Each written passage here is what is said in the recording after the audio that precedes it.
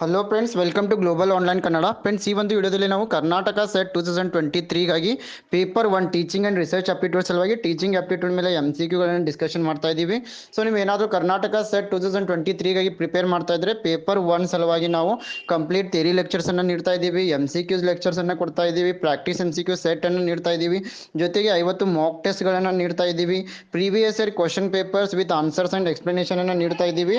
ಇದರ ಜೊತೆಗೆ ನಿಮಗೆ ನೋಟ್ಸ್ ಕೂಡ ಲಭ್ಯವಿದೆ ಕನ್ನಡ ಮತ್ತು ಇಂಗ್ಲೀಷ್ ಎರಡೂ ಲ್ಯಾಂಗ್ವೇಜ್ನಲ್ಲಿ. ಸೊ ಇದಕ್ಕಾಗಿ ನೀವು ಗ್ಲೋಬಲ್ ಆನ್ಲೈನ್ ಆ್ಯಪನ್ನು ಡೌನ್ಲೋಡ್ ಮಾಡಿಕೊಂಡು ಜಾಯ್ನ್ ಆಗ್ಬೋದು, ಅಥವಾ ನೀವು ಈ ನಂಬರ್ಗೆ ಕಾಂಟ್ಯಾಕ್ಟ್ ಮಾಡೋದಕ್ಕೆ ಮೂಲಕನೂ ಕೂಡ ನೀವು ಜಾಯ್ನ್ ಆಗ್ಬೋದು. ಪೇಪರ್ 2 ಸಲುವಾಗಿ ಕೂಡ ನಾವು ಕಂಪ್ಲೀಟ್ ನೋಟ್ಸ್ ಮತ್ತು 2000+ MCQ PDF ಅನ್ನು ಕೇವಲ 1000 ರೂಪೀಸ್ನಲ್ಲಿ ನೀಡ್ತಾ ಇದ್ದೀವಿ. ಸೊ ಅದಕ್ಕೂ ನೀವು ಜಾಯ್ನ್ ಆಗ್ಬೋದು. ಸೊ ನಾವು let us move to the questions. The first question is, which of the following methods should be used by each teacher? So which method all the teachers are going to use in their teaching and learning process? Option A analytical synthetic, option B synthetic analytical, option C only analytical, option D only synthetic. So ಇಲ್ಲಿ ನಾಲ್ಕು ಪ್ರಕಾರದ ಬೋಧನಾ ವಿಧಾನಗಳನ್ನು ನೀಡಿದ್ದಾರೆ. ಪ್ರತಿ ಶಿಕ್ಷಕರು ಈ ಕೆಳಗಿನ ಯಾವ ವಿಧಾನವನ್ನು ಬಳಸಲೇಬೇಕು ಅಂತ ಪ್ರಶ್ನೆಯನ್ನು ಕೇಳಿದ್ದಾರೆ. ಸೊ ಈ 4 ವಿಧಾನಗಳು: ಆಪ್ಷನ್ ಎ ವಿಶ್ಲೇಷಣಾತ್ಮಕ ಸಂಶ್ಲೇಷಿತ ವಿಧಾನ, ಆಪ್ಷನ್ ಬಿ ಸಂಶ್ಲೇಷಿತ ವಿಶ್ಲೇಷಣಾತ್ಮಕ ವಿಧಾನ, ಆಪ್ಷನ್ ಸಿ ವಿಶ್ಲೇಷಣಾತ್ಮಕ ಮಾತ್ರ, ಆಪ್ಷನ್ ಡಿ ಸಿಂಥೆಟಿಕ್ ಮಾತ್ರ. ಸೊ ಈ 4 ವಿಧಾನಗಳು ಬೋಧನಾ ವಿಧಾನಗಳಾಗಿವೆ. ಸೊ ಈ ಬೋಧನಾ ವಿಧಾನಗಳಲ್ಲಿ ಯಾವುದನ್ನು ಕಂಪಲ್ಸರಿಯಾಗಿ ಪ್ರತಿ ಶಿಕ್ಷಕರು ಬಳಸಲೇಬೇಕು? Is which method all the teachers should use in their teaching and learning process? The correct answer for this question is option A analytical and synthetic method of teaching. ವಿಶ್ಲೇಷಣಾತ್ಮಕ ಸಂಶ್ಲೇಷಿತ ಬೋಧನಾ ವಿಧಾನ ಏನಿದೆಲ್ಲ ಇದನ್ನು ಪ್ರತಿಯೊಬ್ಬರು ಶಿಕ್ಷಕರು ಕೂಡ ತಮ್ಮ ಒಂದು ಶಿಕ್ಷಣ ವ್ಯವಸ್ಥೆಯಲ್ಲಿ ಟೀಚಿಂಗ್ ಲರ್ನಿಂಗ್ ಪ್ರೋಸೆಸ್ನಲ್ಲಿ ಬಳಸಲೇಬೇಕಾಗ್ತಾ ಇದೆ. ಸೊ ಹೀಗಾಗಿ ಆಪ್ಷನ್ ಎ ಸರಿಯಾಗಿದೆ. Question number 2, which of the following reflects the nature of teaching? 4 options are given here. In these options, which option is going to represent the nature of teaching? Option A, teaching is an art. Option B, teaching is a science. Option C, it is an art as well as science. Option D, it is neither art nor science. ಕೆಳಗಿನವುಗಳಲ್ಲಿ ಯಾವುದು ಬೋಧನೆಯ ಸ್ವರೂಪವನ್ನು ಪ್ರತಿಬಿಂಬಿಸ್ತಾ ಇದೆ? So 4 ಆಪ್ಷನ್ಗಳನ್ನು ನೀಡಿದ್ದಾರೆ. So option A teaching ಇದು ಒಂದು ಕಲೆಯಾಗಿದೆ. Option B ಬೋಧನೆ ಒಂದು ವಿಜ್ಞಾನವಾಗಿದೆ. ಆಪ್ಷನ್ ಸಿ ಬೋಧನೆ ವಿಜ್ಞಾನ ಮತ್ತು ಕಲೆ ಎರಡೂ ಆಗಿದೆ. ಆಪ್ಷನ್ ಡಿ ಬೋಧನೆಯು ಕಲೆಯೂ ಅಲ್ಲ ವಿಜ್ಞಾನವೂ ಅಲ್ಲ. ಈ 4 ಆಪ್ಷನ್ಗಳು ಯಾವ ಒಂದು ಆಪ್ಷನ್ ಬೋಧನೆಯ ಸ್ವರೂಪವನ್ನು ನಮಗೆ ತಿಳಿಸ್ಕೊಡ್ತಾ ಇದೆ ಅಂತಂದರೆ ಆಪ್ಷನ್ ಸಿ ಇಲ್ಲಿ ಸರಿಯಾಗಿದೆ. ಈ ಬೋಧನೆ ಎಂಬುದು ಕಲೆಯೂ ಕೂಡ ಆಗಿದೆ, ಇದು ಒಂದು ವಿಜ್ಞಾನವೂ ಕೂಡ ಆಗಿದೆ. Teaching it is an art as well as it is A science. So option C is correct.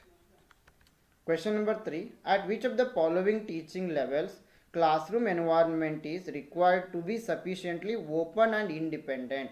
So here option A is memory level, option B understanding level, option C reflective level, option D all of the above.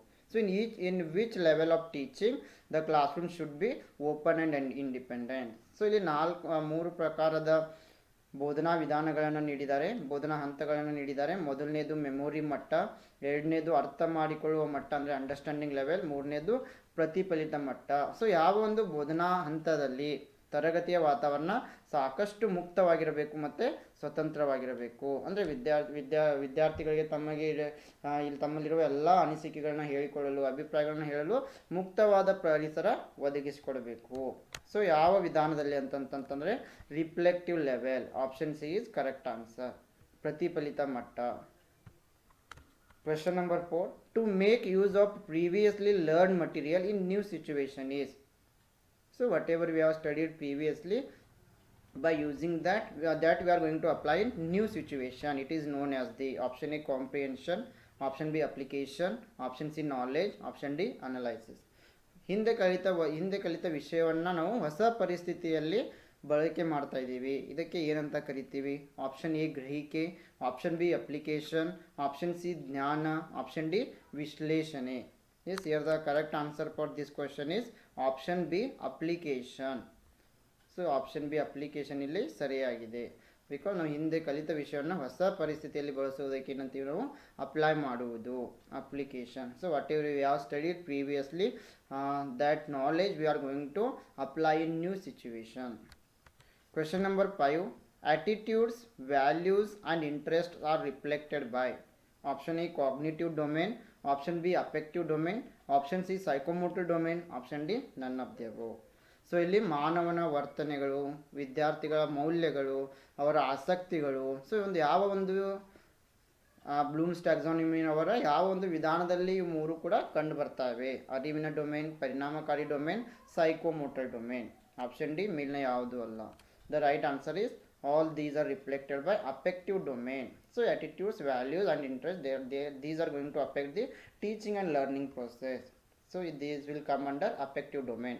ಇಲ್ಲಿ ವಿದ್ಯಾರ್ಥಿಗಳ ವರ್ತನೆ, ಮೌಲ್ಯಗಳು, ಆಸಕ್ತಿಗಳು ಇವೆಲ್ಲವೂ ಕೂಡ ಈ ಒಂದು teaching and learning process ಮೇಲೆ ಪರಿಣಾಮವನ್ನು ಬೀರ್ತವೆ ಅಂತ ಬ್ಲೂಮ್ಸ್ ಟ್ಯಾಕ್ಸಾನಮಿಯಲ್ಲಿ ಹೇಳಲಾಗಿದೆ. ಸೊ ಇದು ಅಫೆಕ್ಟಿವ್ ಡೊಮೇನ್, ಪರಿಣಾಮಕಾರಿ ಡೊಮೇನ್ನಲ್ಲಿ ಬರ್ತಾ ಇದೆ. Question number 6, analysis means. Option A ability to break a problem into its constituent parts. Option B to combine the constituent parts. Option C both A and B. Option D none of the above. ವಿಶ್ಲೇಷಣೆ ಅಂತಂದರೆ option A ಸಮಸ್ಯೆಯನ್ನು ಅದರ ಘಟಕ ಭಾಗಗಳನ್ನಾಗಿ ಒಡೆಯುವ ಸಾಮರ್ಥ್ಯ. Option B ಘಟಕ ಭಾಗಗಳನ್ನು ಸಂಯೋಜಿಸುವುದು. ಆಪ್ಷನ್ ಸಿ ಎ ಮತ್ತು ಬಿ ಎರಡು. ಆಪ್ಷನ್ ಡಿ ಮೇಲಿನ ಯಾವುದೂ ಅಲ್ಲ. So here analysis means we are going to break the problem into constituent parts. So ಇಲ್ಲಿ ವಿಶ್ಲೇಷಣೆ ಅಂದರೆ ಏನು ಮಾಡ್ತಾ ಇದ್ದೀವಿ, ಯಾವುದೇ ಒಂದು ಸಮಸ್ಯೆಯನ್ನು ಅದನ್ನು ಬಿಡಿ ಭಾಗಗಳನ್ನಾಗಿ ಒಡೆದು ಅಧ್ಯಯನವನ್ನು ಮಾಡ್ತಾ ಇದ್ದೀವಿ. Question number 7, the most expected immediate outcome of teaching is. Options which one is the expected immediate outcome of teaching. Option A changes in the behaviour of students in a desirable direction. Option B development of total personality of students. Option C building characters of the students. Option D getting selected for a suitable job. ಬೋಧನೆಯ ಅತ್ಯಂತ ನಿರೀಕ್ಷಿತ ಫಲಿತಾಂಶ, ತಕ್ಷಣದ ಫಲಿತಾಂಶ ಯಾವುದು? Option A ಅಪೇಕ್ಷಣೀಯ ದಿಕ್ಕಿನಲ್ಲಿ ವಿದ್ಯಾರ್ಥಿಗಳ ನಡವಳಿಕೆಯಲ್ಲಿನ ಬದಲಾವಣೆಗಳು.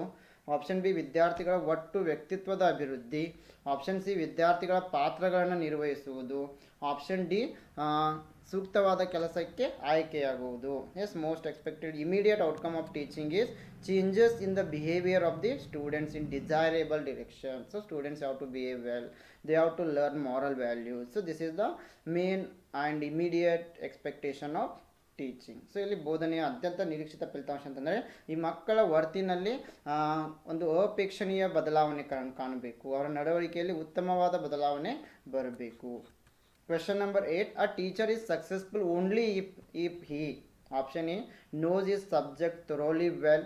Option B produces cent result.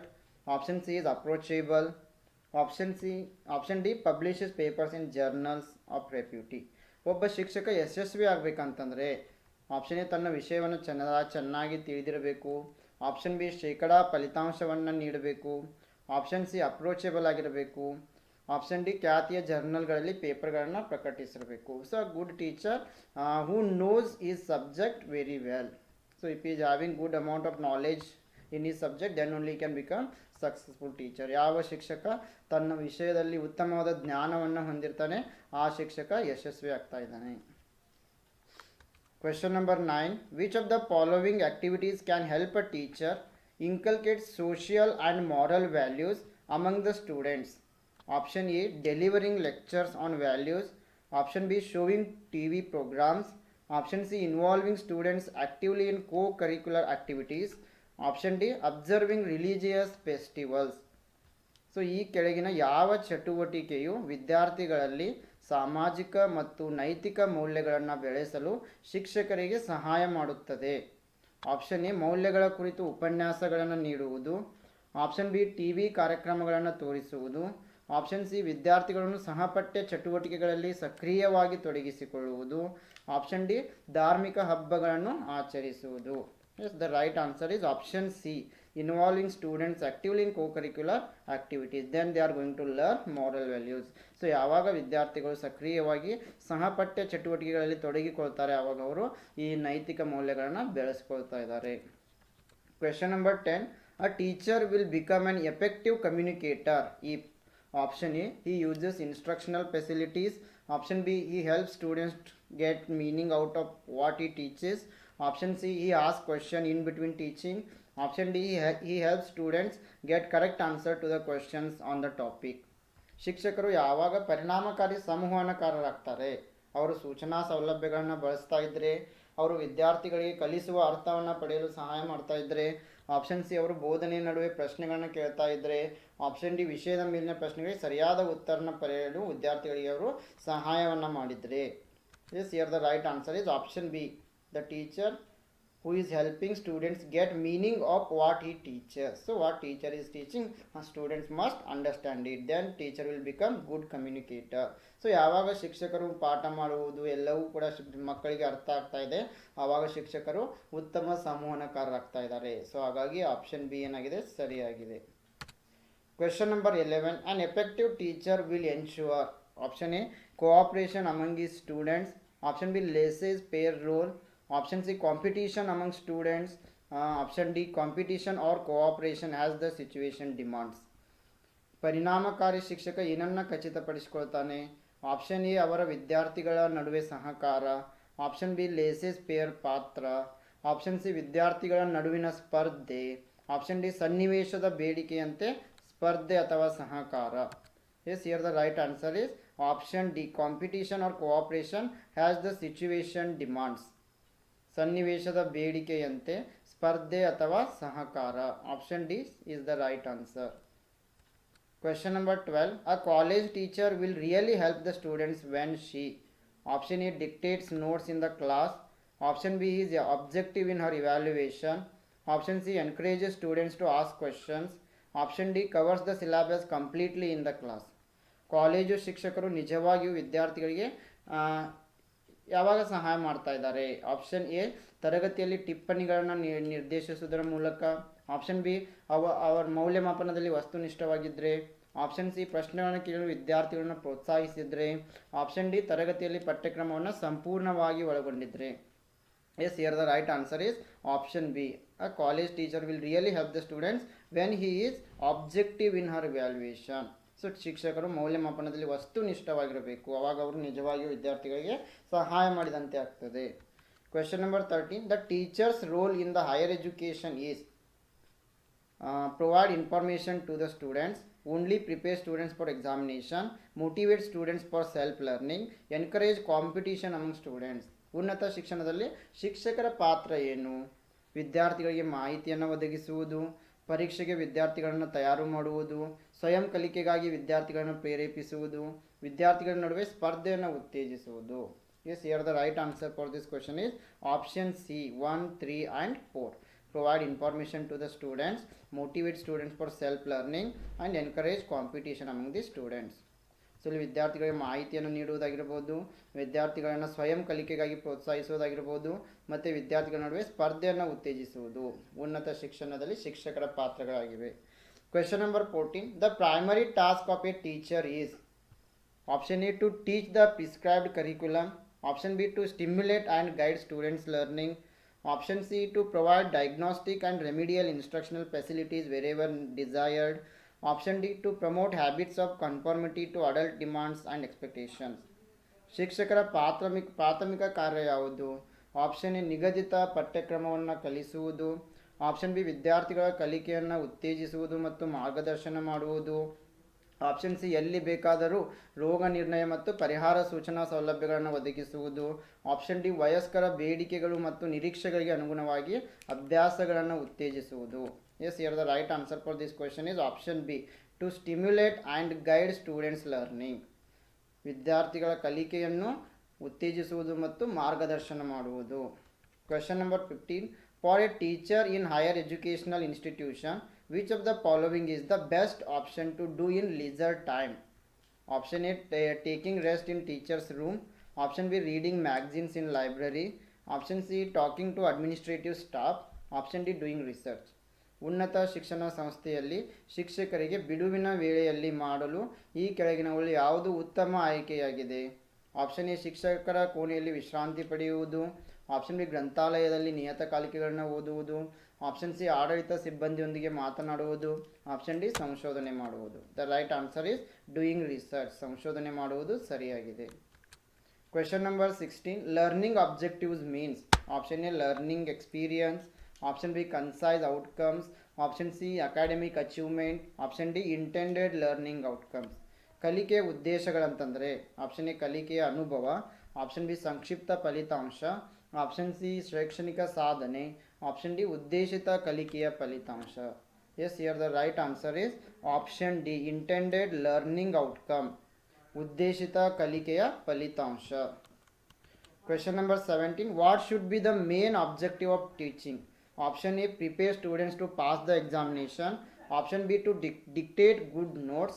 Option C, provide required information related to the subject. Option D, to develop thinking power of the students. ಬೋಧನೆಯ ಮುಖ್ಯ ಉದ್ದೇಶ. ಆಪ್ಷನ್ ಎ ಪರೀಕ್ಷೆಯಲ್ಲಿ ಉತ್ತೀರ್ಣರಾಗಲು ವಿದ್ಯಾರ್ಥಿಗಳನ್ನು ಸಿದ್ಧಪಡಿಸುವುದು. ಆಪ್ಷನ್ ಬಿ ಉತ್ತಮ ಟಿಪ್ಪಣಿಗಳನ್ನು ನಿರ್ದೇಶಿಸುವುದು. ಆಪ್ಷನ್ ಸಿ ವಿಷಯಕ್ಕೆ ಸಂಬಂಧಿಸಿದ ಅಗತ್ಯ ಮಾಹಿತಿಯನ್ನು ಒದಗಿಸುವುದು. ಆಪ್ಷನ್ ಡಿ ವಿದ್ಯಾರ್ಥಿಗಳ ಆಲೋಚನಾ ಶಕ್ತಿಯನ್ನು ಅಭಿವೃದ್ಧಿಪಡಿಸುವುದು. Yes, here the right answer is option D, to develop thinking power of students, ವಿದ್ಯಾರ್ಥಿಗಳ ಆಲೋಚನಾ ಶಕ್ತಿಯನ್ನು ಅಭಿವೃದ್ಧಿಪಡಿಸುವುದು. Question number 18. In which level of teaching the learner gets an opportunity to discriminate at length between positive and negative exemplars of concepts? Memory level, understanding level, reflective level, autonomous development level. ಯಾವ ಹಂತದ ಬೋಧನೆಯಲ್ಲಿ ಪರಿಕಲ್ಪನೆಗಳ ಧನಾತ್ಮಕ ಮತ್ತು ಋಣಾತ್ಮಕ ಉದಾಹರಣೆಗಳ ನಡುವೆ ದೀರ್ಘಾವಧಿಯಲ್ಲಿ ತಾರತಮ್ಯ ಮಾಡಲು ಕಲಿಯುವವರು ಅವಕಾಶವನ್ನು ಪಡೀತಾರೆ? ಆಪ್ಷನ್ ಎ ಮೆಮೊರಿ ಮಟ್ಟ, option B understanding level, option C reflective level, ಸ್ವಾಯತ್ತ ಅಭಿವೃದ್ಧಿ ಮಟ್ಟ. Here the right answer is option B, understanding level of teaching. Question number 19. The ideal teacher. Option A, covers the whole syllabus in a class. Option B, helps his students in learning. Option C, he is a friend, philosopher or guide. Option D, he is strict disciplinarian. ಆದರ್ಶ ಶಿಕ್ಷಕ ಅಂದರೆ ತರಗತಿಯಲ್ಲಿ ಸಂಪೂರ್ಣ ಪಠ್ಯಕ್ರಮವನ್ನು ಒಳಗೊಂಡಿದೆ. Option B ತನ್ನ ಕಲಿಕೆಯಲ್ಲಿ ವಿದ್ಯಾರ್ಥಿಗಳಿಗೆ ಕಲಿಕೆಯಲ್ಲಿ ಸಹಾಯ ಮಾಡುವವರು. ಆಪ್ಷನ್ ಸಿ ಸ್ನೇಹಿತ, ತತ್ವಜ್ಞಾನಿ ಮತ್ತು ಮಾರ್ಗದರ್ಶಿ. ಆಪ್ಷನ್ ಡಿ ಕಟ್ಟುನಿಟ್ಟಾದ ಶಿಸ್ತಿನವರು. So who is the ideal teacher? Who is acting like friend, philosopher or guide. ಯಾರು ಶಿಕ್ಷಕರು ಸ್ನೇಹಿತ, ತತ್ವಜ್ಞಾನಿ, ಮಾರ್ಗದರ್ಶಿಯಂತೆ ವರ್ತನೆ ಮಾಡ್ತಾ ಇದ್ದಾರೆ ಅವರು ಆದರ್ಶ ಶಿಕ್ಷಕರು. Question number 20. With the development of technology, the role of a teacher in future will be? Option A, to provide information. Option B, to develop new textbook. Option C, to guide students. Option D, to use the internet in teaching. ತಂತ್ರಜ್ಞಾನದ ಅಭಿವೃದ್ಧಿಯೊಂದಿಗೆ ಭವಿಷ್ಯದಲ್ಲಿ ಶಿಕ್ಷಕರ ಪಾತ್ರ. Option A ಮಾಹಿತಿಯನ್ನು ನೀಡುವುದು. Option B ಹೊಸ ಪಠ್ಯ ಪುಸ್ತಕಗಳನ್ನು ಅಭಿವೃದ್ಧಿಪಡಿಸುವುದು. ಆಪ್ಷನ್ ಸಿ ವಿದ್ಯಾರ್ಥಿಗಳಿಗೆ ಮಾರ್ಗದರ್ಶನ ನೀಡುವುದು. ಆಪ್ಷನ್ ಡಿ ಬೋಧನೆಯಲ್ಲಿ ಇಂಟರ್ನೆಟನ್ನು ಬಳಸುವುದು. The right answer is option C, to guide the students, ವಿದ್ಯಾರ್ಥಿಗಳಿಗೆ ಮಾರ್ಗದರ್ಶನವನ್ನು ನೀಡುವುದು. So now let us move to the questions. Here the first question is, in which of the following is instructional procedure the main component? So in each of the following is instructional procedure the main component. Option A, synaptics teaching model. Option B, basic teaching model. Option C, inductive model. Option D, social stimulation. So ಇಲ್ಲಿ 4 ಬೋಧನಾ ಮಾದರಿಗಳನ್ನು ನೀಡಿದ್ದಾರೆ. ಇವುಗಳಲ್ಲಿ ಯಾವುದು ಸೂಚನಾ ಕಾರ್ಯವಿಧಾನದ ಮುಖ್ಯ ಅಂಶವಾಗಿದೆ? ಆಪ್ಷನ್ ಎ ಸಿನೆಕ್ಟಿಕ್ಸ್ ಬೋಧನಾ ಮಾದರಿ. ಆಪ್ಷನ್ ಬಿ ಮೂಲ ಬೋಧನಾ ಮಾದರಿ. ಆಪ್ಷನ್ ಸಿ ಅನುಗಮನ ಮಾದರಿ. ಆಪ್ಷನ್ ಡಿ ಸಾಮಾಜಿಕ ಪ್ರಚೋದನೆ. Yes, here the right answer for this question is option B, basic teaching model, ಮೂಲ ಬೋಧನಾ ಮಾದರಿಯಲ್ಲಿ ಸರಿ ಉತ್ತರವಾಗಿದೆ. So basic teaching model, it is a psychological teaching model and it was developed by Robert Glaser in 1962. So this model is going to explain the relationship between teaching and learning. So ಈ ಒಂದು ಬೋಧನಾ ಮಾದರಿ ಏನಿದೆ, ಮೂಲ ಬೋಧನಾ ಮಾದರಿ, ಇದು ಬೋಧನೆ ಮತ್ತು ಕಲಿಕೆಯ ನಡುವಿನ ಸಂಬಂಧವನ್ನು ತಿಳಿಸಿಕೊಡ್ತಾ ಇದೆ. ಸೊ ಇದನ್ನು ರಾಬರ್ಟ್ ಗ್ಲೇಸರ್ ಅವರು 1962ನಲ್ಲಿ ಅಭಿವೃದ್ಧಿ ಮಾಡಿದ್ದಾರೆ. Question number 2. Symposium, it is a type of? Option A, discovery method. Option B, discussion method. Option C, lecture method. Option D, demonstration method. So symposium ಒಂದು ಡ್ಯಾಶ್ ವಿಧಾನವಾಗಿದೆ. ಡಿಸ್ಕವರಿ ವಿಧಾನ, ಚರ್ಚೆಯ ವಿಧಾನ, ಉಪನ್ಯಾಸ ವಿಧಾನ, ಪ್ರದರ್ಶನ ವಿಧಾನ. So here the right answer for this question is option B, discussion method. So symposium, it is a type of discussion method. ಈ ಒಂದು ಸಿಂಪೋಸಿಯಂ ಏನಿದೆ, ಇದೊಂದು ಚರ್ಚಾ ವಿಧಾನವಾಗಿದೆ. So symposium, it is a type of discussion method. This method stimulates students' thinking process to analyze and integrate facts. and it is also helping in developing students' abilities in the presentation of their ideas. Question number 3. Which of the following statement is incorrect about micro teaching? Option A, it is a method of teaching. Option B, it consists of core teaching skills. Option C, each skill is practiced separately. Option D, questioning is one component of micro teaching. So micro ಟೀಚಿಂಗ್ನ ಬಗ್ಗೆ ಕೆಳಗಿನವುಗಳಲ್ಲಿ ಯಾವ ಒಂದು ಹೇಳಿಕೆ ತಪ್ಪಾಗಿದೆ? Option A, ಇದು ಬೋಧನೆಯ ಒಂದು ವಿಧಾನವಾಗಿದೆ. ಆಪ್ಷನ್ ಬಿ, ಇದು ಪ್ರಮುಖ ಬೋಧನಾ ಕೌಶಲ್ಯಗಳನ್ನು ಒಳಗೊಂಡಿದೆ. ಆಪ್ಷನ್ ಸಿ, ಪ್ರತಿಯೊಂದು ಕೌಶಲ್ಯವನ್ನು ಪ್ರತ್ಯೇಕವಾಗಿ ಅಭ್ಯಾಸ ಮಾಡಲಾಗುತ್ತದೆ. ಆಪ್ಷನ್ ಡಿ, ಪ್ರಶ್ನಿಸುವುದು ಮೈಕ್ರೋ ಟೀಚಿಂಗ್ನ ಒಂದು ಅಂಶವಾಗಿದೆ. Yes, here the right answer is option A. It is a method of teaching, because micro teaching, it is not a method of teaching. It is a method of practice teaching. So ಇಲ್ಲಿ ಇದು ಒಂದು ಬೋಧನೆ ವಿಧಾನವಾಗಿಲ್ಲ. So ಇದು ಒಂದು practice teaching ಆಗಿದೆ. So option A ಇಲ್ಲಿ ತಪ್ಪಾಗಿದೆ. So option A is the right answer. So micro teaching, it is a teacher training and faculty development technique where the teacher reviews a recording of a teaching session. Question number 4. Which components might be included in a lesson plan? Option A, development or outline of a lesson. Option B, varied materials and media to supplement and clarify content. Option C, specific objectives of the lesson. Option D, all of the above. ಪಾಠ ಯೋಜನೆಯಲ್ಲಿ ಯಾವ ಘಟಕಗಳನ್ನು ಸೇರಿಸಿಕೊಳ್ಳಬಹುದು? Option A, ಪಾಠದ ಅಭಿವೃದ್ಧಿ ಅಥವಾ ರೂಪರೇಖೆ. Option B, ವಿಷಯವನ್ನು ಪೂರಕಗೊಳಿಸಲು ಮತ್ತು ಸ್ಪಷ್ಟಪಡಿಸಲು ವಿವಿಧ ವಸ್ತುಗಳು ಮತ್ತು ಮಾಧ್ಯಮ. ಆಪ್ಷನ್ ಸಿ, ಪಾಠದ ನಿರ್ದಿಷ್ಟ ಉದ್ದೇಶಗಳು. ಆಪ್ಷನ್ ಡಿ, ಮೇಲಿನ ಎಲ್ಲ. Yes, here the right answer is option D, all of the above are correct. ಮೇಲಿನ ಎಲ್ಲವೂ ಕೂಡ ಇಲ್ಲಿ ಸರಿಯಾಗಿವೆ. ಸೊ ಇದು ಈ lesson plan, it includes development of a lesson, varied materials and medias, then specific objectives of the lesson. Question number 5. When presenting materials, teacher should consider which of the following? Option A, structuring. Option B, balancing. Option C, motivating. Option D, all of the above. So ವಿಷಯವನ್ನು ಅಥವಾ ವಸ್ತುಗಳನ್ನು ಪ್ರಸ್ತುತಪಡಿಸುವಾಗ ಶಿಕ್ಷಕರು ಈ ಕೆಳಗಿನ ಯಾವ ಒಂದು ಅಂಶವನ್ನು ಪರಿಗಣಿಸಬೇಕು? ಆಪ್ಷನ್ ಎ, ರಚನೆ. ಆಪ್ಷನ್ ಬಿ, ಸಮತೋಲನ. ಆಪ್ಷನ್ ಸಿ, ಪ್ರೇರೇಪಿಸುವುದು. ಆಪ್ಷನ್ ಡಿ, ಮೇಲಿನ ಎಲ್ಲ. Yes, here the correct answer for this question is option D, all of the above are correct. While presenting the material, teachers should consider structuring, balancing and also motivating. So ಯಾವಾಗಲೂ ಯಾವುದೇ ಒಂದು ವಿಷಯನ ಪ್ರಸ್ತುತಪಡಿಸಬೇಕಾದ್ರೆ ಶಿಕ್ಷಕರು ವಿಷಯದ ರಚನೆ, ಸಮತೋಲನ, ಪ್ರೇರೇಪಣೆ ಎಲ್ಲವನ್ನು ಕೂಡ ಇಲ್ಲಿ ಗಮನಿಸಬೇಕು. Question number 6. A teacher performs practically and explains in option A, lecture method. Option B, discovery method. Option C, demonstration method. Option D, problem solving method. So ಶಿಕ್ಷಕರು ಪ್ರಾಯೋಗಿಕವಾಗಿ ಯಾವ ಒಂದು ವಿಧಾನದಲ್ಲಿ ವಿವರಿಸ್ತಾ ಇದ್ದಾರೆ? ಆಪ್ಷನ್ ಎ, ಉಪನ್ಯಾಸ ವಿಧಾನ. ಆಪ್ಷನ್ ಬಿ, ಡಿಸ್ಕವರಿ ವಿಧಾನ. Option C, ಪ್ರದರ್ಶನ ವಿಧಾನ. ಆಪ್ಷನ್ ಡಿ, ಸಮಸ್ಯೆ ಪರಿಹಾರ ವಿಧಾನ. The right answer is option C, in demonstration method. Teacher is going to practically explain. So ಈ ಒಂದು ಪ್ರದರ್ಶನ ವಿಧಾನದಲ್ಲಿ ಶಿಕ್ಷಕರು ಪ್ರಾಯೋಗಿಕವಾಗಿ ವಿವರಿಸ್ತಾ ಇದ್ದಾರೆ. So a method of demonstration, it is a teaching method used to communicate an idea with the aid of visuals such as flip, chart, posters, powerpoints, etc. Question number 7. Practice is made in option A, inductive method. Option B, deductive method. Option C, drill method. Option D, discussion method. So ಯಾವ ಒಂದು ವಿಧಾನದಲ್ಲಿ ಅಭ್ಯಾಸವನ್ನು ಅಂದರೆ ಪ್ರಾಕ್ಟೀಸನ್ನು ಮಾಡಲಾಗ್ತಾ ಇದೆ? Option A, inductive method.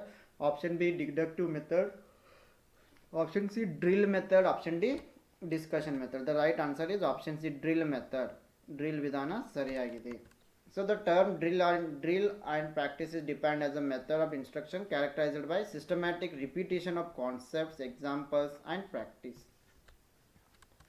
Question number 8. The computer based teaching model has been developed by. So computer ಆಧಾರಿತ ಬೋಧನಾ ಮಾದರಿಯನ್ನು ಅಭಿವೃದ್ಧಿಪಡಿಸಿದವರು ಯಾರು? Option A, Gilbert. Option B, Stolurow and Davis. Option B, Robert Gagne. Option D, McNair. Yes, here the right answer is option B, Stolurow and Davis.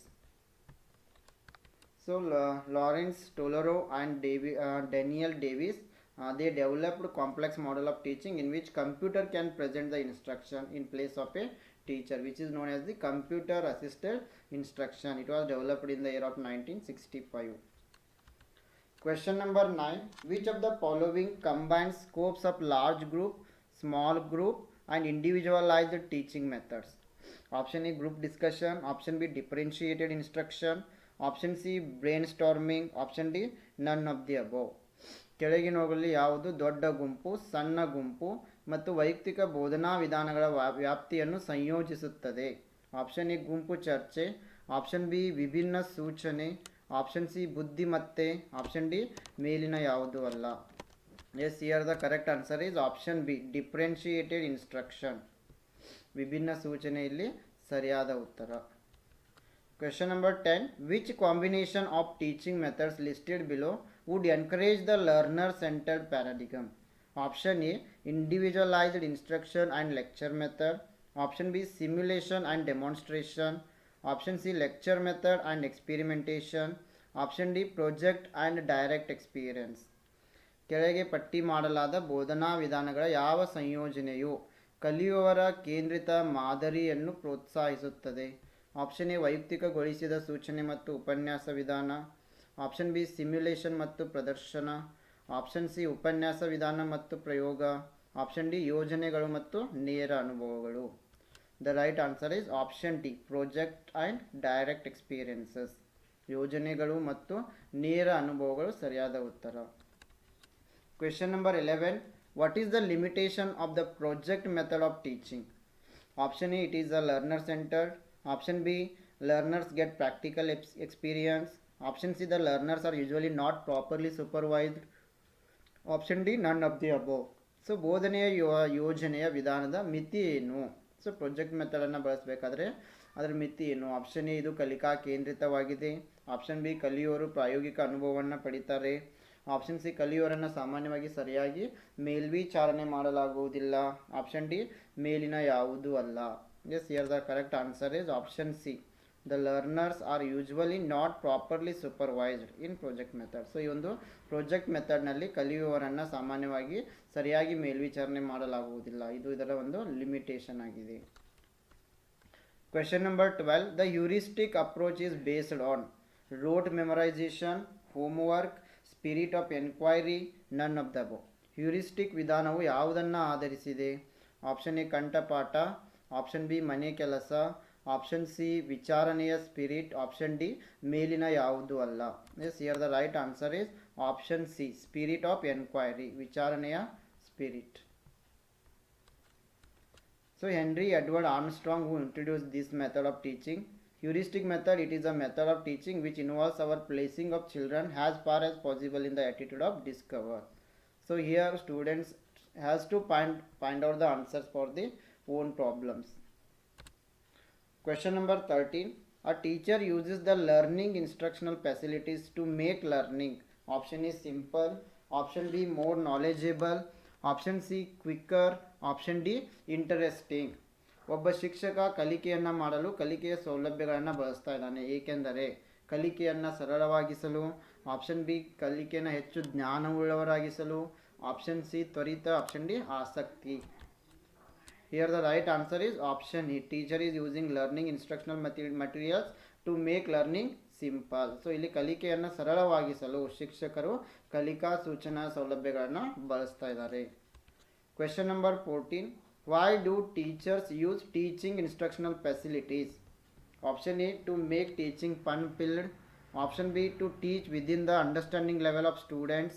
Option C, for students' attention. Option D, to make students attentive. ಶಿಕ್ಷಕರು ಬೋಧನಾ ಸೂಚನಾ ಸೌಲಭ್ಯಗಳನ್ನು ಏಕೆ ಬಳಸ್ತಾರೆ? Option A ಬೋಧನೆಯನ್ನು ವಿನೋದದಿಂದ ತುಂಬುವಂತೆ ಮಾಡುವುದು, option B ವಿದ್ಯಾರ್ಥಿಗಳ ತಿಳುವಳಿಕೆಯ ಮಟ್ಟದಲ್ಲಿ ಕಲಿಸಲು, ಆಪ್ಷನ್ ಸಿ ವಿದ್ಯಾರ್ಥಿಗಳ ಗಮನಕ್ಕೆ, ಆಪ್ಷನ್ ಡಿ ವಿದ್ಯಾರ್ಥಿಗಳನ್ನು ಗಮನ ಸೆಳೆಯುವಂತೆ ಮಾಡಲು. Yes, the right answer is option B to teach within the understanding level of students. Teacher uses instructional facilities. So ವಿದ್ಯಾರ್ಥಿಗಳ ತಿಳುವಳಿಕೆಯ ಮಟ್ಟದಲ್ಲಿ ಕಲಿಸಲು ಶಿಕ್ಷಕರು ಏನು ಮಾಡ್ತಾರೆ? ಬೋಧನಾ ಸೂಚನಾ ಸೌಲಭ್ಯಗಳನ್ನು ಬಳಸ್ತಾರೆ. Question number 15. Which among the following gives more freedom to the learner to interact? Option A, use of film. Option B, small group discussion. Option C, lectures by experts. Option D, viewing countrywide classroom program on TV.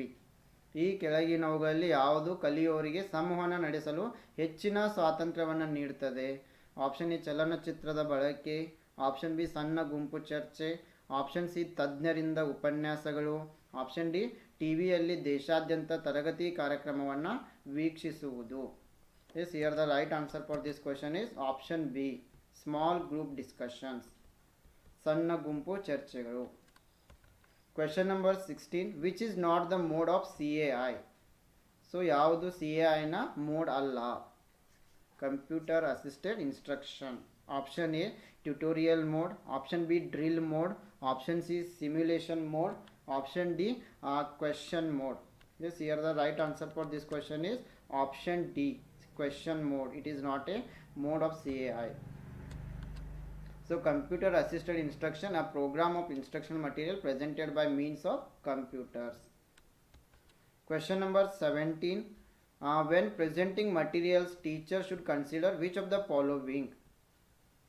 So ವಿಷಯವನ್ನು ಪ್ರಸ್ತುತಪಡಿಸುವಾಗ ಶಿಕ್ಷಕರು ಈ ಕೆಳಗಿನ ಯಾವುದನ್ನು ಪರಿಗಣಿಸಬೇಕು? Structuring, balancing, motivating, all of the above. The right answer is option D, all of the above.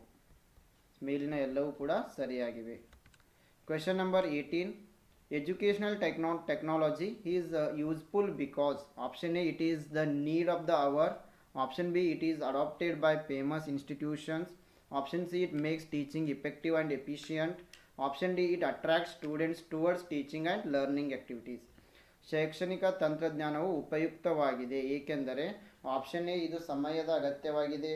Option B, ಇದನ್ನು ಪ್ರಸಿದ್ಧ ಸಂಸ್ಥೆಗಳು ಅಳವಡಿಸಿಕೊಂಡಿವೆ. ಆಪ್ಷನ್ ಸಿ, ಇದು ಬೋಧನೆಯನ್ನು ಪರಿಣಾಮಕಾರಿಯಾಗಿ ಮಾಡುತ್ತದೆ. ಆಪ್ಷನ್ ಸಿ, ಇದು ವಿದ್ಯಾರ್ಥಿಗಳನ್ನು ಬೋಧನೆ ಮತ್ತು ಕಲಿಕೆಯ ಚಟುವಟಿಕೆಗಳ ಕಡೆಗೆ ಆಕರ್ಷಿಸುತ್ತದೆ. Yes, the right answer for this question is option C, it makes teaching effective and efficient. So ಶೈಕ್ಷಣಿಕ ತಂತ್ರಜ್ಞಾನ ಏನು ಮಾಡ್ತಾ ಇದೆ? ಬೋಧನೆಯನ್ನು ಪರಿಣಾಮಕಾರಿಯನ್ನಾಗಿ ಮಾಡ್ತಾ ಇದೆ. Question number 19, National Council of Educational Research and Training was established in. So ಈ National Council of Educational Research and ಟ್ರೈನಿಂಗನ್ನು ಯಾವ ವರ್ಷದಲ್ಲಿ ಸ್ಥಾಪಿಸಲಾಯಿತು? Option A 1961, option B 1962, option C 1963, option D 1964. The right answer is option A 1961. This today's last question. CAI stands for, CAI ಅಂದರೆ computer analysed instruction, computer assisted instruction, computer assisted intelligence, none of the above. Yes, this question is for you. You have to comment the right answer in the comment section. So the first question is, teachers' knowledge on students' needs and interest are covered by the subject. Yes, the teacher must be having a knowledge, so he is going to cover students' needs and also the interests of the students. So it is option A, philosophy of education. Option B, psychology of education. Option C, sociology of education. Option D, politics of education. So ನಮಗೆಲ್ಲ ಗೊತ್ತಿರುವ ಹಾಗೆ ಶಿಕ್ಷಕರು ಏನು ಮಾಡಬೇಕು? ವಿದ್ಯಾರ್ಥಿಗಳ ಅಗತ್ಯಗಳು ಮತ್ತು ಈ ವಿದ್ಯಾರ್ಥಿಗಳ ಆಸಕ್ತಿಗಳನ್ನು ಕುರಿತು ಜ್ಞಾನವನ್ನು ಹೊಂದಲೇಬೇಕಾಗಿರ್ತದೆ. ಸೊ ಈ ಒಂದು ವಿಷಯ ಯಾವುದರಲ್ಲಿ ಬರ್ತಾ ಇದೆ? ಆಪ್ಷನ್ ಎ, ಶಿಕ್ಷಣದ ತತ್ವಶಾಸ್ತ್ರ. ಆಪ್ಷನ್ ಬಿ, ಶಿಕ್ಷಣದ ಮನೋವಿಜ್ಞಾನ. ಆಪ್ಷನ್ ಸಿ, ಶಿಕ್ಷಣದ ಸಮಾಜಶಾಸ್ತ್ರ. ಆಪ್ಷನ್ ಡಿ, ಶಿಕ್ಷಣದ ರಾಜಕೀಯ.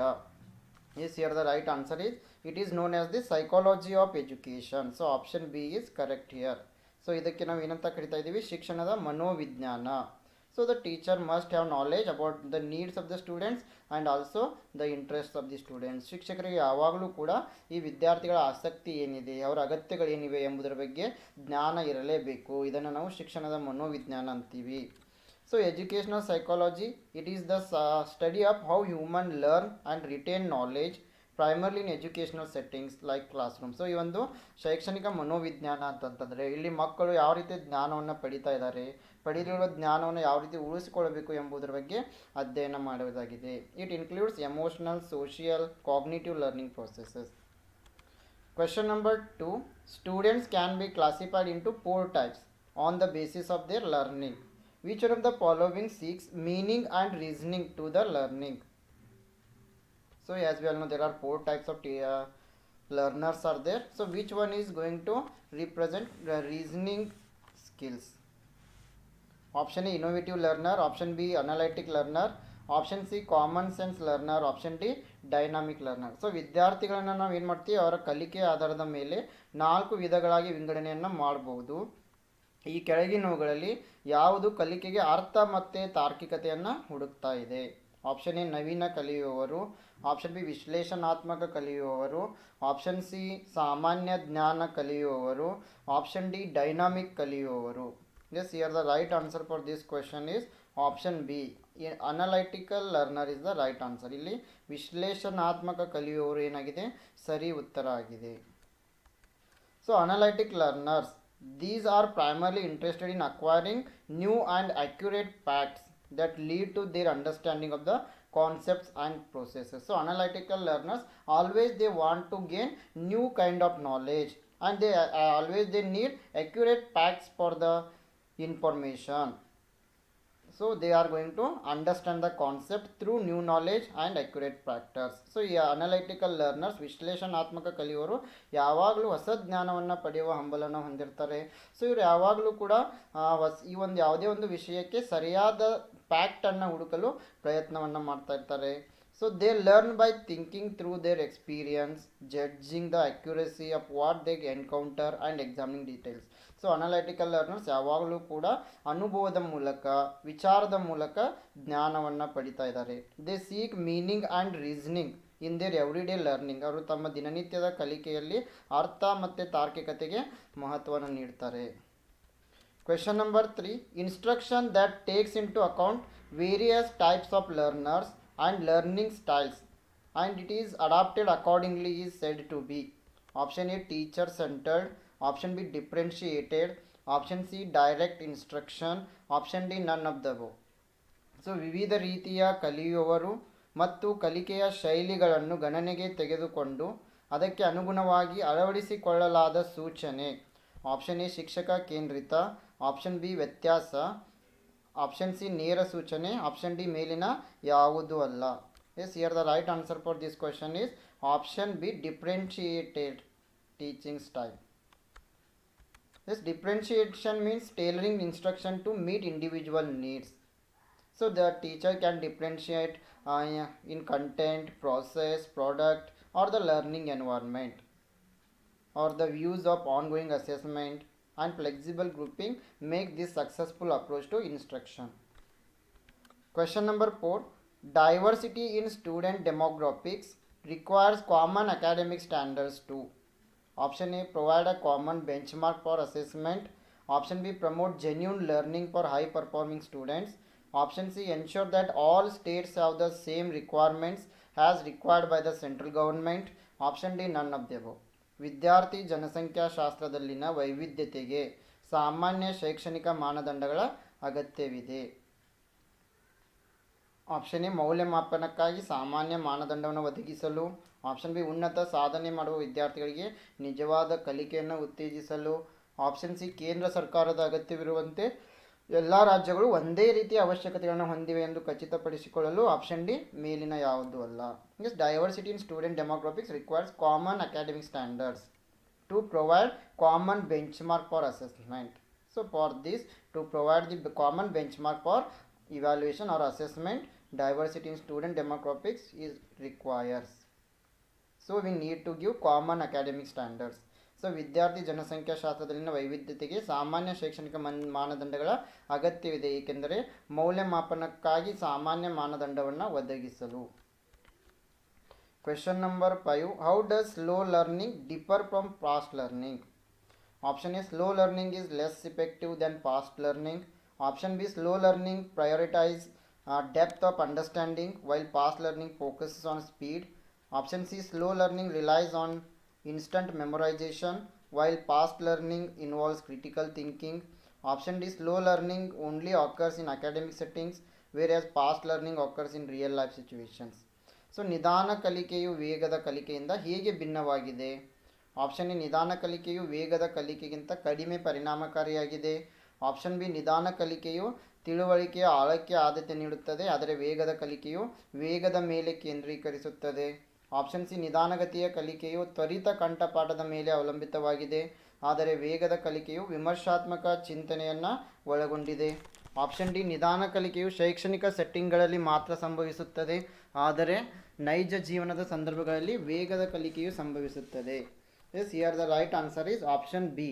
Slow learners prioritise depth of understanding while fast learning focuses on speed. So when it comes to slow learning, they are learning slowly, but they are giving importance for the understanding. They will understand the entire information. But when it comes to fast learners, they give importance for the speed, so they miss some information while understanding. So ಇಲ್ಲಿ ನಿಧಾನವಾಗಿ ಕಲಿಯೋರು ಏನು ಮಾಡ್ತಾ ಇದ್ದಾರೆ, ತಿಳುವಳಿಕೆಗೆ ಹೆಚ್ಚಿನ ಆದ್ಯತೆಯನ್ನು ನೀಡ್ತಾ ಇದ್ದಾರೆ. ಯಾವುದೇ ಒಂದು ವಿಷಯವನ್ನು ಅವರು ಸರಿಯಾಗಿ ಅರ್ಥ ಮಾಡ್ಕೊಳ್ತಾ ಇದ್ದಾರೆ.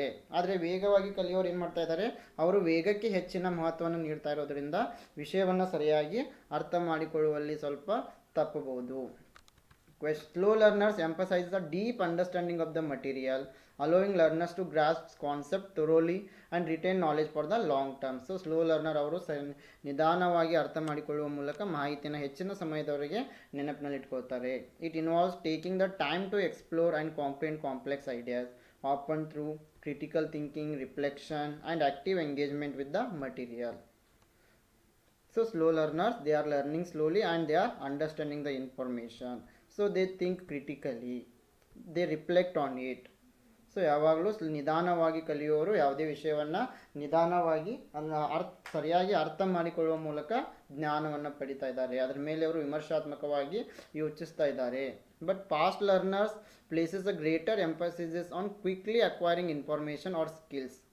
ಸೊ ಬಟ್ ಫಾಸ್ಟ್ ಲರ್ನರ್ಸ್ ಏನು ಮಾಡ್ತಾ ಇದ್ದಾರೆ, ವೇಗವಾಗಿ ಕಲಿಯೋರು ಕಡಿಮೆ ಸಮಯದಲ್ಲಿ ಹೆಚ್ಚಿನ ಜ್ಞಾನವನ್ನು ಪಡೆಯುವ ಒಂದು ಪ್ರಯತ್ನವನ್ನು ಮಾಡ್ತಾ ಇದ್ದಾರೆ. So it involves memorisation, rapid problem solving, ability to grasp surface level concept. So ಇಲ್ಲಿ ಇವ್ರು ಏನು ಮಾಡ್ತಾರೆ, ಹೆಚ್ಚಾಗಿ ಮೆಮೊರಿ ಲೆವೆಲ್ ಟೀಚಿಂಗ್ಗೆ ಮಹತ್ವವನ್ನು ನೀಡ್ತಾ ಇದ್ದಾರೆ. ಅಂದರೆ ಹೆಚ್ಚು ಬಾಯ್ಹಾರ್ಟನ್ನು ಮಾಡ್ತಾ ಇದ್ದಾರೆ. Problem solving, rapid problem solvers ಇವರು ಆಗಿರ್ತಾರೆ. Question number 6, learning objectives means. Option A learning experience, option B concise outcomes, option C academic achievement, option D intended learning outcomes. ಕಲಿಕೆ ಉದ್ದೇಶಗಳ ಅರ್ಥ. ಆಪ್ಷನ್ ಎ ಕಲಿಕೆಯ ಅನುಭವ, ಆಪ್ಷನ್ ಬಿ ಸಂಕ್ಷಿಪ್ತ ಫಲಿತಾಂಶ, option C ಶೈಕ್ಷಣಿಕ ಸಾಧನೆ, ಆಪ್ಷನ್ ಡಿ ಉದ್ದೇಶಿತ ಕಲಿಕೆಯ ಫಲಿತಾಂಶ. Yes, here the correct answer is option D. Learning objectives means intended learning outcomes. ಕಲಿಕೆ ಉದ್ದೇಶ ಅಂತಂದರೆ ಉದ್ದೇಶಿತ ಕಲಿಕೆಯ ಫಲಿತಾಂಶ. A learning outcome, it is described in observable and measurable terms regarding what a student can do as a result of completing a course. So ಯಾವುದೇ ಒಂದು ಕೋರ್ಸನ್ನು ಮುಗಿದ ನಂತರ ವಿದ್ಯಾರ್ಥಿಯು ಏನನ್ನು ಸಾಧನೆ ಮಾಡ್ಬೋದು, ಸೊ ಆತನ ವರ್ತನೆಯಲ್ಲಿ ಯಾವ ರೀತಿ ಬದಲಾವಣೆ ಬರಬಹುದು ಎಂಬುದಕ್ಕೆ ನಾವು ಲರ್ನಿಂಗ್ ಔಟ್ಕಮ್ ಅಂತ ಹೇಳ್ತೀವಿ. Question number 7, which of the following are the most influential factors of learning? Government policy, motivation, aptitude, interest, physical facilities. ಕೆಳಗಿನವುಗಳಲ್ಲಿ ಯಾವುದು ಕಲಿಕೆಯ ಅತ್ಯಂತ ಪ್ರಭಾವಶಾಲಿ ಅಂಶಗಳಾಗಿವೆ? ಸರ್ಕಾರದ ನೀತಿ, ಪ್ರೇರಣೆ, ಆಪ್ಟಿಟ್ಯೂಡ್, ಆಸಕ್ತಿ, ಭೌತಿಕ ಸೌಲಭ್ಯಗಳು. Yes, here the right answer is option B. B, C and D. motivation, aptitude and interest, these are the most influential factors of learning. So government policy and physical facilities, these are having least influence. So ಇಲ್ಲಿ ಪ್ರೇರಣೆ ಆಗಿರ್ಬೋದು, aptitude ಆಗಿರ್ಬೋದು, ಆಸಕ್ತಿ ಆಗಿರ್ಬೋದು, ಕಲಿಕೆಯ ಮೇಲೆ ಅತ್ಯಂತ ಪ್ರಭಾವಶಾಲಿಯಾಗಿ ಪ್ರಭಾವವನ್ನು ಬೀರುವ ಅಂಶಗಳಾಗಿವೆ. So some of the learner related factors are motivation, readiness, willpower, learner's ability, learner's maturation, attention, health condition, then aspiration, accomplishment level. Question number 8, learning disabilities are generally found. Option A, in specially those children whose paternal relatives have such problems. Option B, in children with average superior IQ. Option C, more often in boys as compared to girls. Option D, more often in children belonging to rural areas as compared to urban areas. So ಕಲಿಕೆಯಲ್ಲಿ ಅಸಮರ್ಥತೆ ಸಾಮಾನ್ಯವಾಗಿ ಎಲ್ಲಿ ಕಂಡು ಬರ್ತಾ ಇದೆ? Option A, ವಿಶೇಷವಾಗಿ ತಂದೆಯ ಸಂಬಂಧಿಗಳು ಅಂತಹ ಸಮಸ್ಯೆಗಳನ್ನು ಹೊಂದಿರುವ ಮಕ್ಕಳಲ್ಲಿ. ಆಪ್ಷನ್ ಬಿ, ಸರಾಸರಿ ಮತ್ತು ಉನ್ನತ IQ ಹೊಂದಿರುವ ಮಕ್ಕಳಲ್ಲಿ. ಆಪ್ಷನ್ ಸಿ, ಹುಡುಗಿಯರಿಗೆ ಹೋಲಿಸಿದರೆ ಹುಡುಗರಲ್ಲಿ ಹೆಚ್ಚಾಗಿ. ಆಪ್ಷನ್ ಡಿ, ನಗರ ಪ್ರದೇಶಗಳಿಗೆ ಹೋಲಿಸಿದರೆ ಗ್ರಾಮೀಣ ಪ್ರದೇಶದ ಮಕ್ಕಳಲ್ಲಿ ಹೆಚ್ಚಾಗಿ. So learning disabilities are generally found in especially those children whose paternal relatives have such problems. ವಿಶೇಷವಾಗಿ ತಂದೆಯ ಸಂಬಂಧಿಗಳು ಅಂತಹ ಸಮಸ್ಯೆಗಳನ್ನು ಹೊಂದಿದ್ರೆ ಅಂತಹ ಮಕ್ಕಳಲ್ಲಿ ಈ ಕಲಿಕಾ ಅಸಮರ್ಥತೆಯ ಸಮಸ್ಯೆ ಕಂಡುಬರ್ತಾ ಇದೆ. Learning disabilities are disorders that affect brain functioning of understanding, reading, writing, spelling, reasoning or recalling. So ಇಲ್ಲಿ ಲರ್ನಿಂಗ್ ಡಿಸಬಿಲಿಟಿ ಕಲಿಕಾ ಅಸಮರ್ಥತೆ ಅಂತಂದರೆ ಇಂತಹ ಮಕ್ಕಳು ಅರ್ಥ ಮಾಡಿಕೊಳ್ಳುವಲ್ಲಿ, ಓದುವಲ್ಲಿ, ಬರೆಯುವಲ್ಲಿ, ಸೊ ಸ್ಪೆಲ್ಲಿಂಗನ್ನು ಕರೆಕ್ಟ್ ಬರುವಲ್ಲಿ ಕಡಿಮೆ ಆಸಕ್ತಿಯನ್ನು ಹೊಂದಿರ್ತಾರೆ. Learning disabilities can also cause problems like in acquiring learning skills, language skills, mathematical skills et cetera.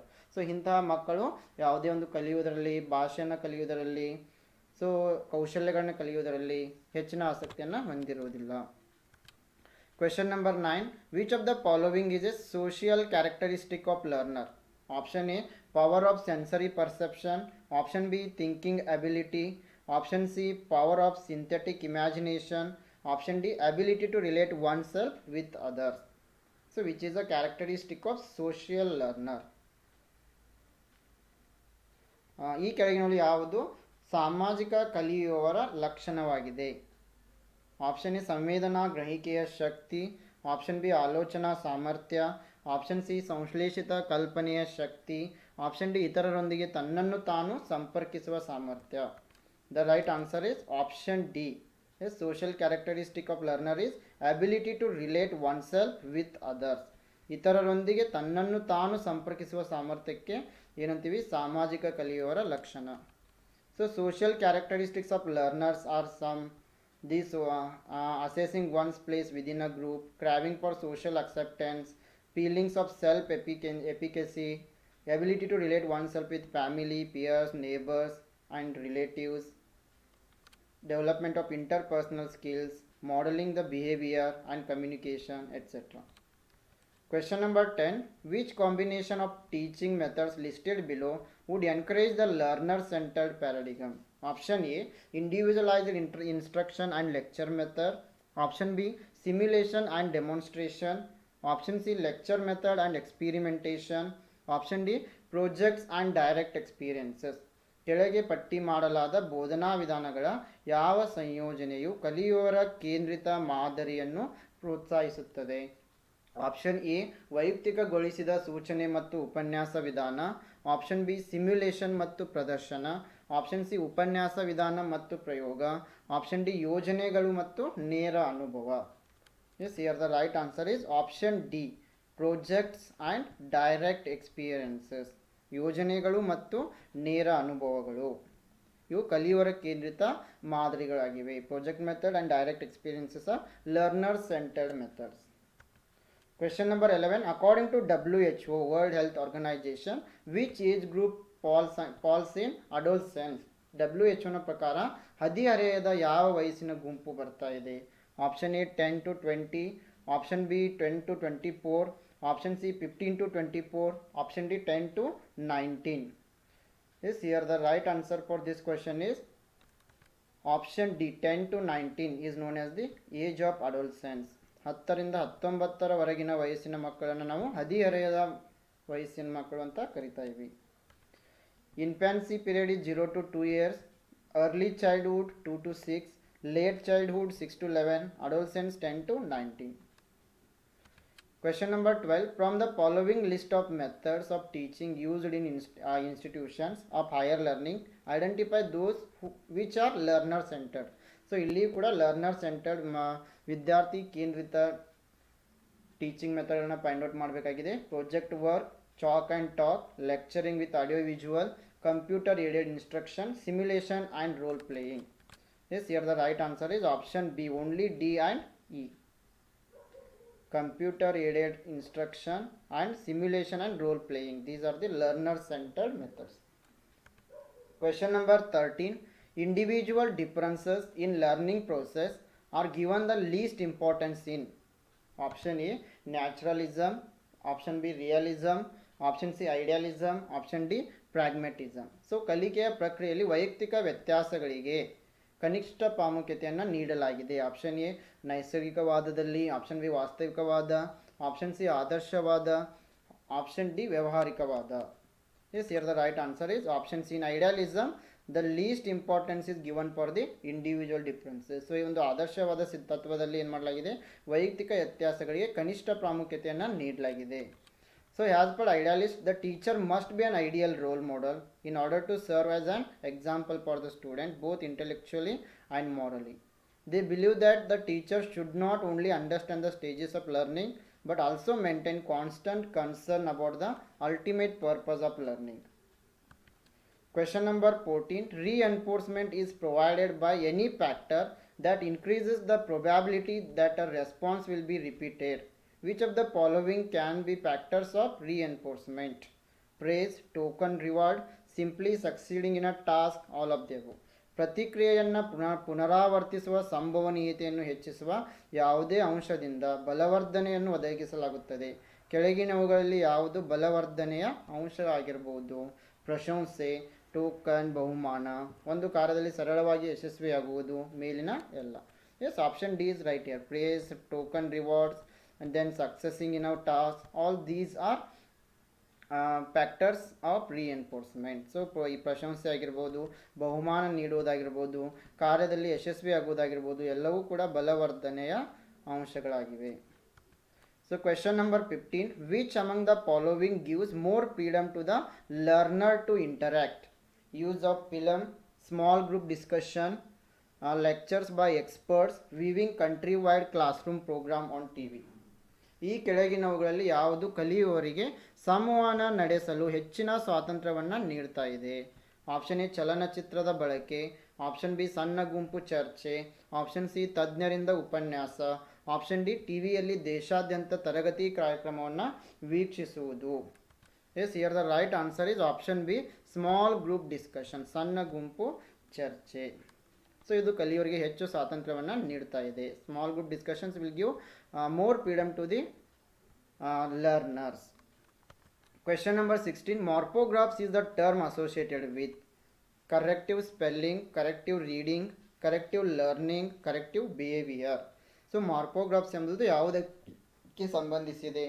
Option A ಸರಿಪಡಿಸುವ ಕಾಗುಣಿತ, ಆಪ್ಷನ್ ಬಿ ಸರಿಪಡಿಸುವ ಓದುವಿಕೆ, ಆಪ್ಷನ್ ಸಿ ಸರಿಪಡಿಸುವ ಕಲಿಕೆ, ಆಪ್ಷನ್ ಡಿ ಸರಿಪಡಿಸುವ ನಡವಳಿಕೆ. Yes, here the right answer is option A corrective spelling. Morphographs are related to corrective spelling. ಈ morphographs ಎಂಬುದು ಸರಿಪಡಿಸುವ ಕಾಗುಣಿತಕ್ಕೆ ಸಂಬಂಧಿಸಿದೆ. So morphographs, it is a group of letters that carries unique meaning. Question number 17. The taking in of new information is termed as. ಹೊಸ ಮಾಹಿತಿಯನ್ನು ತೆಗೆದುಕೊಳ್ಳುವುದಕ್ಕೆ ಏನಂತ ಕರಿತಾ ಇದ್ದೀವಿ? Option A assimilation, option B accommodation, option C cognition, option D reception. The right answer is the taking in new information is known as the assimilation. So option A is correct. Yes, not D. ಇಲ್ಲಿ option A ಏನಾಗಿದೆ? ಸರಿಯಾಗಿದೆ. ಹೊಸ ಮಾಹಿತಿಯನ್ನು ತೆಗೆದುಕೊಳ್ಳುವುದಕ್ಕೆ ನಾವು assimilation ಅಂತ ಕರಿತೀವಿ. Question number 18. Listening to a lecture is basically option A informational listening, option B evaluative listening, option C empathic listening, option D dynamic listening. ಉಪನ್ಯಾಸವನ್ನು ಕೇಳುವುದು ಮೂಲಭೂತವಾಗಿ ಮಾಹಿತಿಯ ಆಲಿಸುವಿಕೆ, ಮೌಲ್ಯಮಾಪನದ ಆಲಿಸುವಿಕೆ, ಒತ್ತಿ ಹೇಳುವುದು dynamic listening. Yes, here the right answer is option B evaluating listening. Listening to a lecture is known as the evaluative listening. ಉಪನ್ಯಾಸವನ್ನು ಕೇಳುವುದಕ್ಕೆ ನಾವು ಮೌಲ್ಯಮಾಪನ ಆಲಿಸುವಿಕೆ ಅಂತ ಹೇಳ್ತೀವಿ. So evaluative listening, it is also often known as the comprehensive listening. In this type listening is judgement on what other people are saying. So ಇಲ್ಲಿ ಇನ್ನೊಬ್ರು ಏನು ಹೇಳ್ತಾ ಇದ್ದಾರೆ ಎಂಬುದನ್ನು ನಾವು ಜಡ್ಜ್ ಮಾಡ್ತಾ ಇದ್ದೀವಿ. ಇದಕ್ಕೆ ಕಾಂಪ್ರಿಹೆನ್ಸಿವ್ ಲಿಸ್ನಿಂಗ್ ಅಂತಲೂ ಕೂಡ ಕರಿತಾ ಇದ್ದೀವಿ. Question number 19. At primary level, it is better to teach in mother tongue because option A, it develops self-confidence in children. Option B, it makes learning easy. Option C, it is helpful in intellectual development. Option D, it helps children to learn in natural atmosphere. ಪ್ರಾಥಮಿಕ ಹಂತದಲ್ಲಿ ಮಾತೃಭಾಷೆಯನ್ನು ಕಲಿಸುವುದು ಉತ್ತಮ, ಏಕೆಂದರೆ option A ಇದು ಮಕ್ಕಳಲ್ಲಿ ಆತ್ಮವಿಶ್ವಾಸವನ್ನು ಬೆಳೆಸುತ್ತದೆ, option B ಇದು ಕಲಿಕೆಯನ್ನು ಸುಲಭಗೊಳಿಸುತ್ತದೆ, ಆಪ್ಷನ್ ಸಿ ಇದು ಬೌದ್ಧಿಕ ಬೆಳವಣಿಗೆಗೆ ಸಹಾಯಕವಾಗಿದೆ, ಆಪ್ಷನ್ ಡಿ ಇದು ಮಕ್ಕಳಿಗೆ ನೈಸರ್ಗಿಕ ವಾತಾವರಣದಲ್ಲಿ ಕಲಿಯಲು ಸಹಾಯ ಮಾಡುತ್ತದೆ. Yes, the right answer is option D. At primary level, it is better to teach in mother tongue because it helps children to learn in natural atmosphere. So ಪ್ರಾಥಮಿಕ ಮಕ್ಕಳಿಗೆ ಮಾತೃಭಾಷೆಯಲ್ಲಿ ಕಲಿಸುವುದು ಉತ್ತಮ, ಏಕೆಂದರೆ ಇದು ಮಕ್ಕಳಿಗೆ ನೈಸರ್ಗಿಕ ವಾತಾವರಣದಲ್ಲಿ ಕಲಿಯಲು ಸಹಾಯ ಮಾಡ್ತಾ ಇದೆ. Question number 20. The best remedy of a student's problem related with learning is. Option A, suggestion for hard work. Option B, supervised study in library. Option C, suggestion for private tuition. Option D, diagnostic teaching. So which is the best remedy for students problems? So ಇಲ್ಲಿ ಕಲಿಕೆಗೆ ಸಂಬಂಧಿಸಿದ ವಿದ್ಯಾರ್ಥಿಗಳ ಸಮಸ್ಯೆಗಳಿಗೆ ಉತ್ತಮ ಪರಿಹಾರ ಯಾವುದು? Option A, ಅವರಿಗೆ ಕಠಿಣ ಕೆಲಸಕ್ಕಾಗಿ ಸಲಹೆ ನೀಡುವುದು. ಆಪ್ಷನ್ ಬಿ, ಗ್ರಂಥಾಲಯದಲ್ಲಿ ಮೇಲ್ವಿಚಾರಣೆ ಅಧ್ಯಯನ ಮಾಡುವುದು. ಆಪ್ಷನ್ ಸಿ, ಖಾಸಗಿ ಬೋಧನೆಗೆ ಸಲಹೆ ನೀಡುವುದು. ಆಪ್ಷನ್ ಡಿ, ರೋಗ ನಿರ್ಣಯದ ಬೋಧನೆ ಅಂದರೆ diagnostic teaching. The correct answer is option D, diagnostic teaching. So now let us move to the questions. Here the first question is the best way to react to a wrong answer given by a student is. So when students are giving wrong answers, as a teacher, how are you going to behave? Option A, to scold him for not having learned the session. Option B, to explain why the answer is wrong. Option C, to ask another student to give correct answer. Option D, to ignore the wrong answer and pass on the next question. So ಯಾವಾಗ ವಿದ್ಯಾರ್ಥಿಯು ನೀವು ಕೇಳಿದ ಪ್ರಶ್ನೆಗೆ ತಪ್ಪು ಉತ್ತರವನ್ನು ನೀಡ್ತಾ ಇದ್ದಾರೆ, ಆವಾಗ ನೀವು ಪ್ರತಿಕ್ರಿಯಿಸಲು ಉತ್ತಮವಾದ ಮಾರ್ಗ ಯಾವುದು? ಆಪ್ಷನ್ ಎ, ಪಾಠ ಕಲ್ತಿಲ್ಲ ಎಂದು ವಿದ್ಯಾರ್ಥಿಯನ್ನು ಬೈಯುವುದು. ಆಪ್ಷನ್ ಬಿ, ಉತ್ತರವು ಏಕೆ ತಪ್ಪಾಗಿದೆ ಎಂದು ಆ ವಿದ್ಯಾರ್ಥಿಗೆ ವಿವರಿಸಿ ಹೇಳುವುದು. ಆಪ್ಷನ್ ಸಿ, ಸರಿಯಾದ ಉತ್ತರವನ್ನು ನೀಡಲು ಇನ್ನೊಬ್ಬ ವಿದ್ಯಾರ್ಥಿಯನ್ನು ಕೇಳುವುದು. ಆಪ್ಷನ್ ಡಿ, ತಪ್ಪು ಉತ್ತರವನ್ನು ನಿರ್ಲಕ್ಷಿಸುವುದು ಮತ್ತು ಮುಂದಿನ ಪ್ರಶ್ನೆಗೆ ರವಾನಿಸುವುದು. So when students are answering wrong in your class, so as a good teacher you need to explain why the answer is wrong to the student, so then he will understand it. So you can also ask another two students to give the answer, but here the very nearest answer and the very good method is if you explain why the answer is wrong to the student, he will remember it for the lifetime. So ಯಾವಾಗ ವಿದ್ಯಾರ್ಥಿಯು ತಪ್ಪು ಉತ್ತರಗಳನ್ನು ನೀಡ್ತಾ ಇದ್ದಾರೆ, so ಆವಾಗ ನೀವು ವಿದ್ಯಾರ್ಥಿಯನ್ನು ಮತ್ತೊಬ್ಬ ವಿದ್ಯಾರ್ಥಿಯನ್ನು ಕೂಡ ನೀವು ಪ್ರಶ್ನೆಯನ್ನು ಕೇಳ್ಬೋದು, ತಪ್ಪಂತ ಹೇಳಲ್ಲ. ಬಟ್ ಆದರೆ ಇಲ್ಲಿ ಅತಿ ಉತ್ತಮವಾದ ವಿಧಾನ ಯಾವುದಂತಂದರೆ, ನೀವು ಆ ವಿದ್ಯಾರ್ಥಿಗೆ ಉತ್ತರವು ಏಕೆ ತಪ್ಪಾಗಿದೆ ಅಂತ ಹೇಳಿದರೆ ಆ ವಿದ್ಯಾರ್ಥಿ ಹೆಚ್ಚಿನ ಸಮಯದವರೆಗೆ ಅದನ್ನು ನೆನಪಿನಲ್ಲಿ ಇಟ್ಕೊಳ್ತಾನೆ. ಸೊ ವಿದ್ಯಾರ್ಥಿ ಯಾಕೆ ಉತ್ತರ ತಪ್ಪಾಗಿದೆ ಎಂಬುದು ಗೊತ್ತಾದರೆ ಅವನು ಸರಳವಾಗಿ ಉತ್ತರವನ್ನು ನೆನಪಿನಲ್ಲಿ ಇಟ್ಕೊಳ್ಳೋ ಚಾನ್ಸಸ್ ಜಾಸ್ತಿ ಇರುತ್ತೆ. ಹೀಗಾಗಿ ನಾವು ವಿದ್ಯಾರ್ಥಿಗೆ ಉತ್ತರವು ಏಕೆ ತಪ್ಪಾಗಿದೆ ಎಂಬುದನ್ನು ವಿವರಿಸಬೇಕು, ನಂತರ ನಾವು ಮುಂದಿನ ಪ್ರಶ್ನೆಗೆ ಹೋಗ್ಬೋದು. ಸೊ ಕ್ವೆಶನ್ ನಂಬರ್ 2, ಈ ಒಂದು ಯೂನಿಟ್ನಿಂದ ತುಂಬ ಸರಳವಾಗಿರೋ ಪ್ರಶ್ನೆಗಳು ಬರ್ತವೆ. So question number 2, if the students do not understand what is taught in the class, the teacher should. So whatever you are teaching, the student is not understanding, then how you are going to act? Option A, repeat the lesson once again. Option B, teach the lesson again citing suitable examples. Option C, check the previous knowledge of the students in the topic. Option D, proceed to the next topic. So ತರಗತಿಯಲ್ಲಿ ಏನು ಕಲಿಸಲಾಗ್ತಾ ಇದೆ ಎಂಬುದು ವಿದ್ಯಾರ್ಥಿಗಳಿಗೆ ಅರ್ಥವಾಗ್ತಾ ಇಲ್ಲ. So ಆವಾಗ ಶಿಕ್ಷಕರು ಏನು ಮಾಡಬೇಕು? ಆಪ್ಷನ್ ಎ, ಪಾಠವನ್ನು ಮತ್ತೊಮ್ಮೆ ಪುನರಾವರ್ತಿಸಬೇಕು. ಆಪ್ಷನ್ ಬಿ, ಸೂಕ್ತ ಉದಾಹರಣೆಗಳನ್ನು ನೀಡುತ್ತಾ ಪಾಠವನ್ನು ಮತ್ತೊಮ್ಮೆ ಕಲಿಸಬೇಕು. ಆಪ್ಷನ್ ಸಿ, ವಿಷಯದ ಬಗ್ಗೆ ವಿದ್ಯಾರ್ಥಿಗಳ ಹಿಂದಿನ ಜ್ಞಾನವನ್ನು ಪರಿಶೀಲಿಸಬೇಕು. ಆಪ್ಷನ್ ಡಿ, ಮುಂದಿನ ವಿಷಯಕ್ಕೆ ಮುಂದುವರಿಯಬೇಕು. The right answer is option B.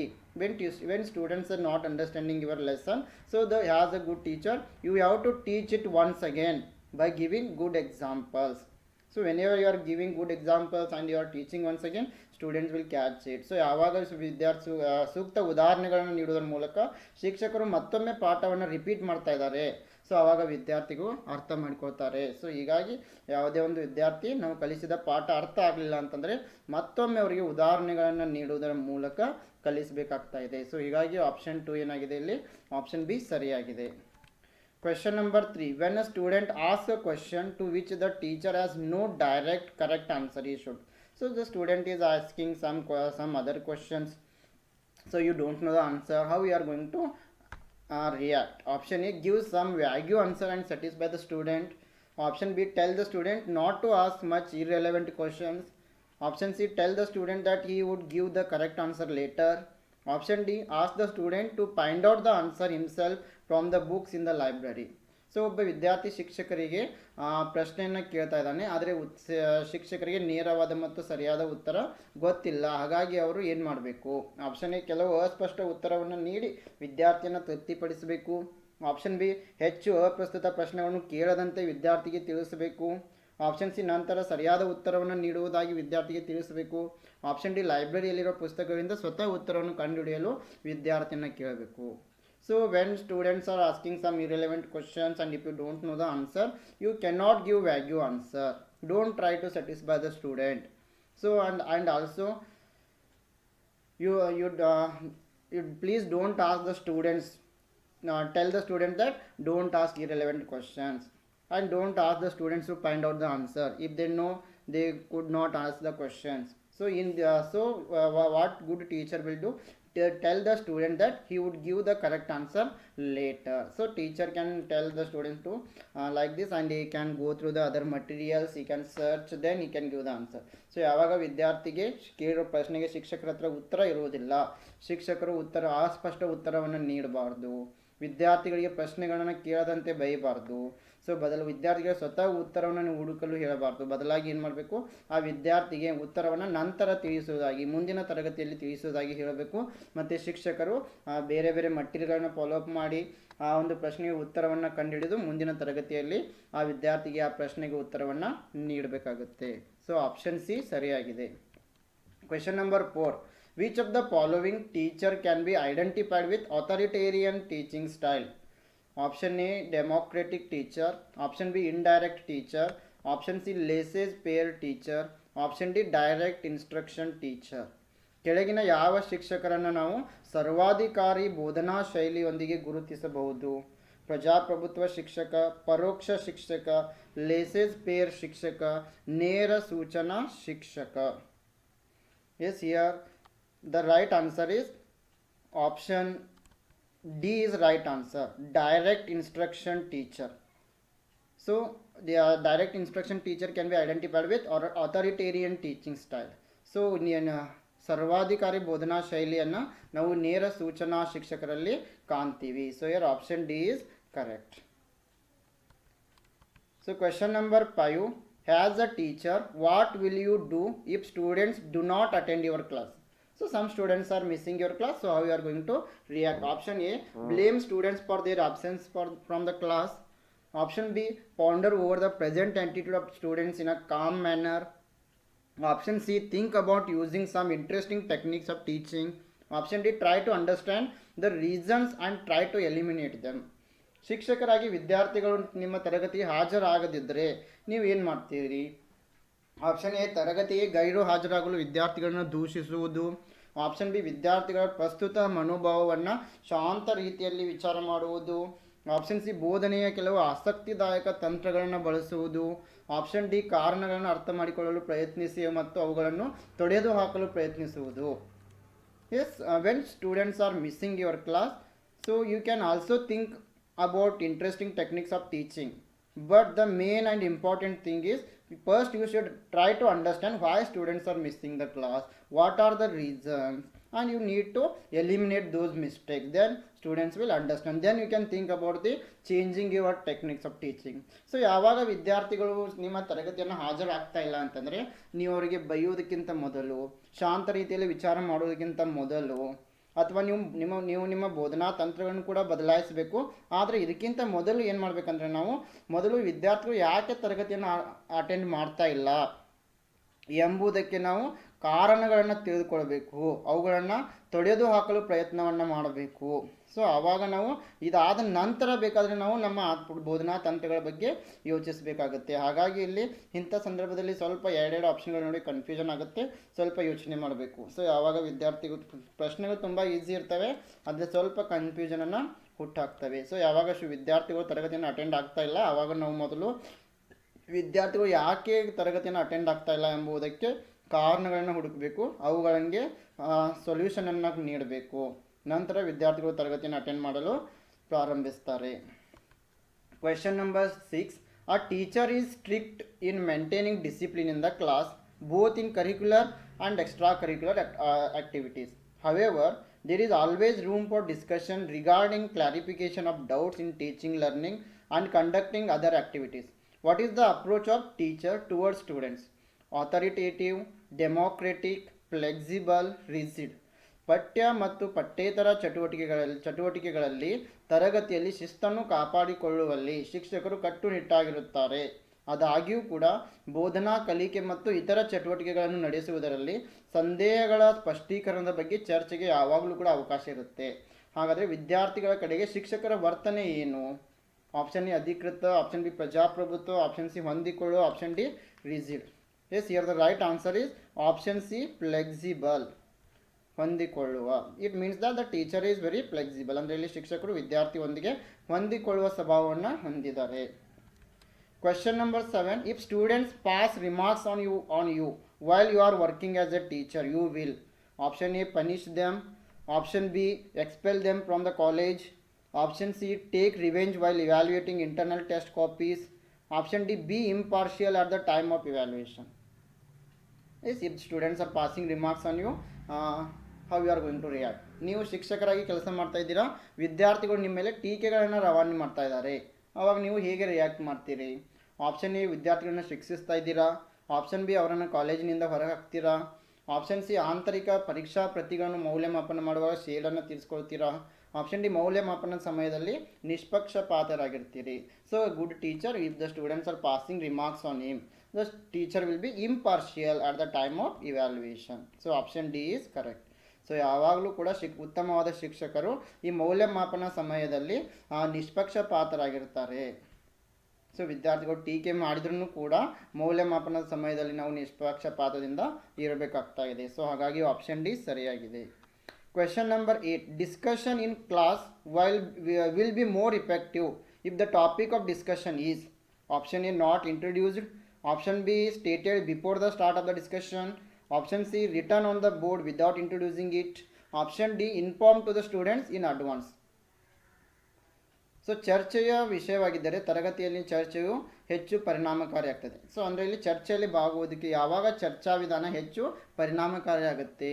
Option B ಚರ್ಚೆ ವಿಷಯವನ್ನು ಪರಿಚಯಿಸಲಾಗಿಲ್ಲ ಅಂತಂದರೆ, ಆಪ್ಷನ್ ಬಿ ಚರ್ಚೆಯ ಪ್ರಾರಂಭದ ಮೊದಲು ವಿಷಯವನ್ನು ನೀಡಿದ್ರೆ, ಆಪ್ಷನ್ ಸಿ ಚರ್ಚೆ ವಿಷಯವನ್ನು ಪರಿಚಯಿಸದೆ ಬೋರ್ಡ್ನಲ್ಲಿ ಬರೆದರೆ, ಆಪ್ಷನ್ ಡಿ ವಿದ್ಯಾರ್ಥಿಗಳಿಗೆ ಮುಂಚಿತವಾಗಿ ಚರ್ಚೆಯ ವಿಷಯವನ್ನು ನೀಡಿದರೆ. So discussion in the class will be more effective if the topic is already informed to the students well in advance. Then students can prepare on the topic, they can talk well. So ಯಾವಾಗ ವಿದ್ಯಾರ್ಥಿಗಳಿಗೆ ಯಾವ ವಿಷಯದ ಮೇಲೆ ಚರ್ಚೆ ಮಾಡ್ತಾ ಇದ್ದೀವಿ ಎಂಬುದನ್ನು ಮೊದಲೇ ಹೇಳಿದರೆ, ಮುಂಚಿತವಾಗಿ ಹೇಳಿದರೆ ವಿದ್ಯಾರ್ಥಿಗಳು ಆ ಒಂದು ಟಾಪಿಕ್ನ ಮೇಲೆ ಪ್ರಿಪೇರ್ ಆಗಿ ಬರ್ತಾರೆ. ಸೊ ಹೀಗಾಗಿ ಅವರು ಸರಿಯಾಗಿ ಚರ್ಚೆಯಲ್ಲಿ ಭಾಗವಹಿಸಬಹುದು. ಹೀಗಾಗಿ ಚರ್ಚಾ ವಿಧಾನ ಏನಾಗ್ತಾ ಇದೆ, ಯಶಸ್ವಿ ಆಗ್ತಾ ಇದೆ. ಸೊ ಆಪ್ಷನ್ ಡಿ ಏನಾಗಿದೆ ಇಲ್ಲಿ ಸರಿಯಾಗಿದೆ ಅಂತ ಹೇಳ್ಬೋದು. So let us move to the next question.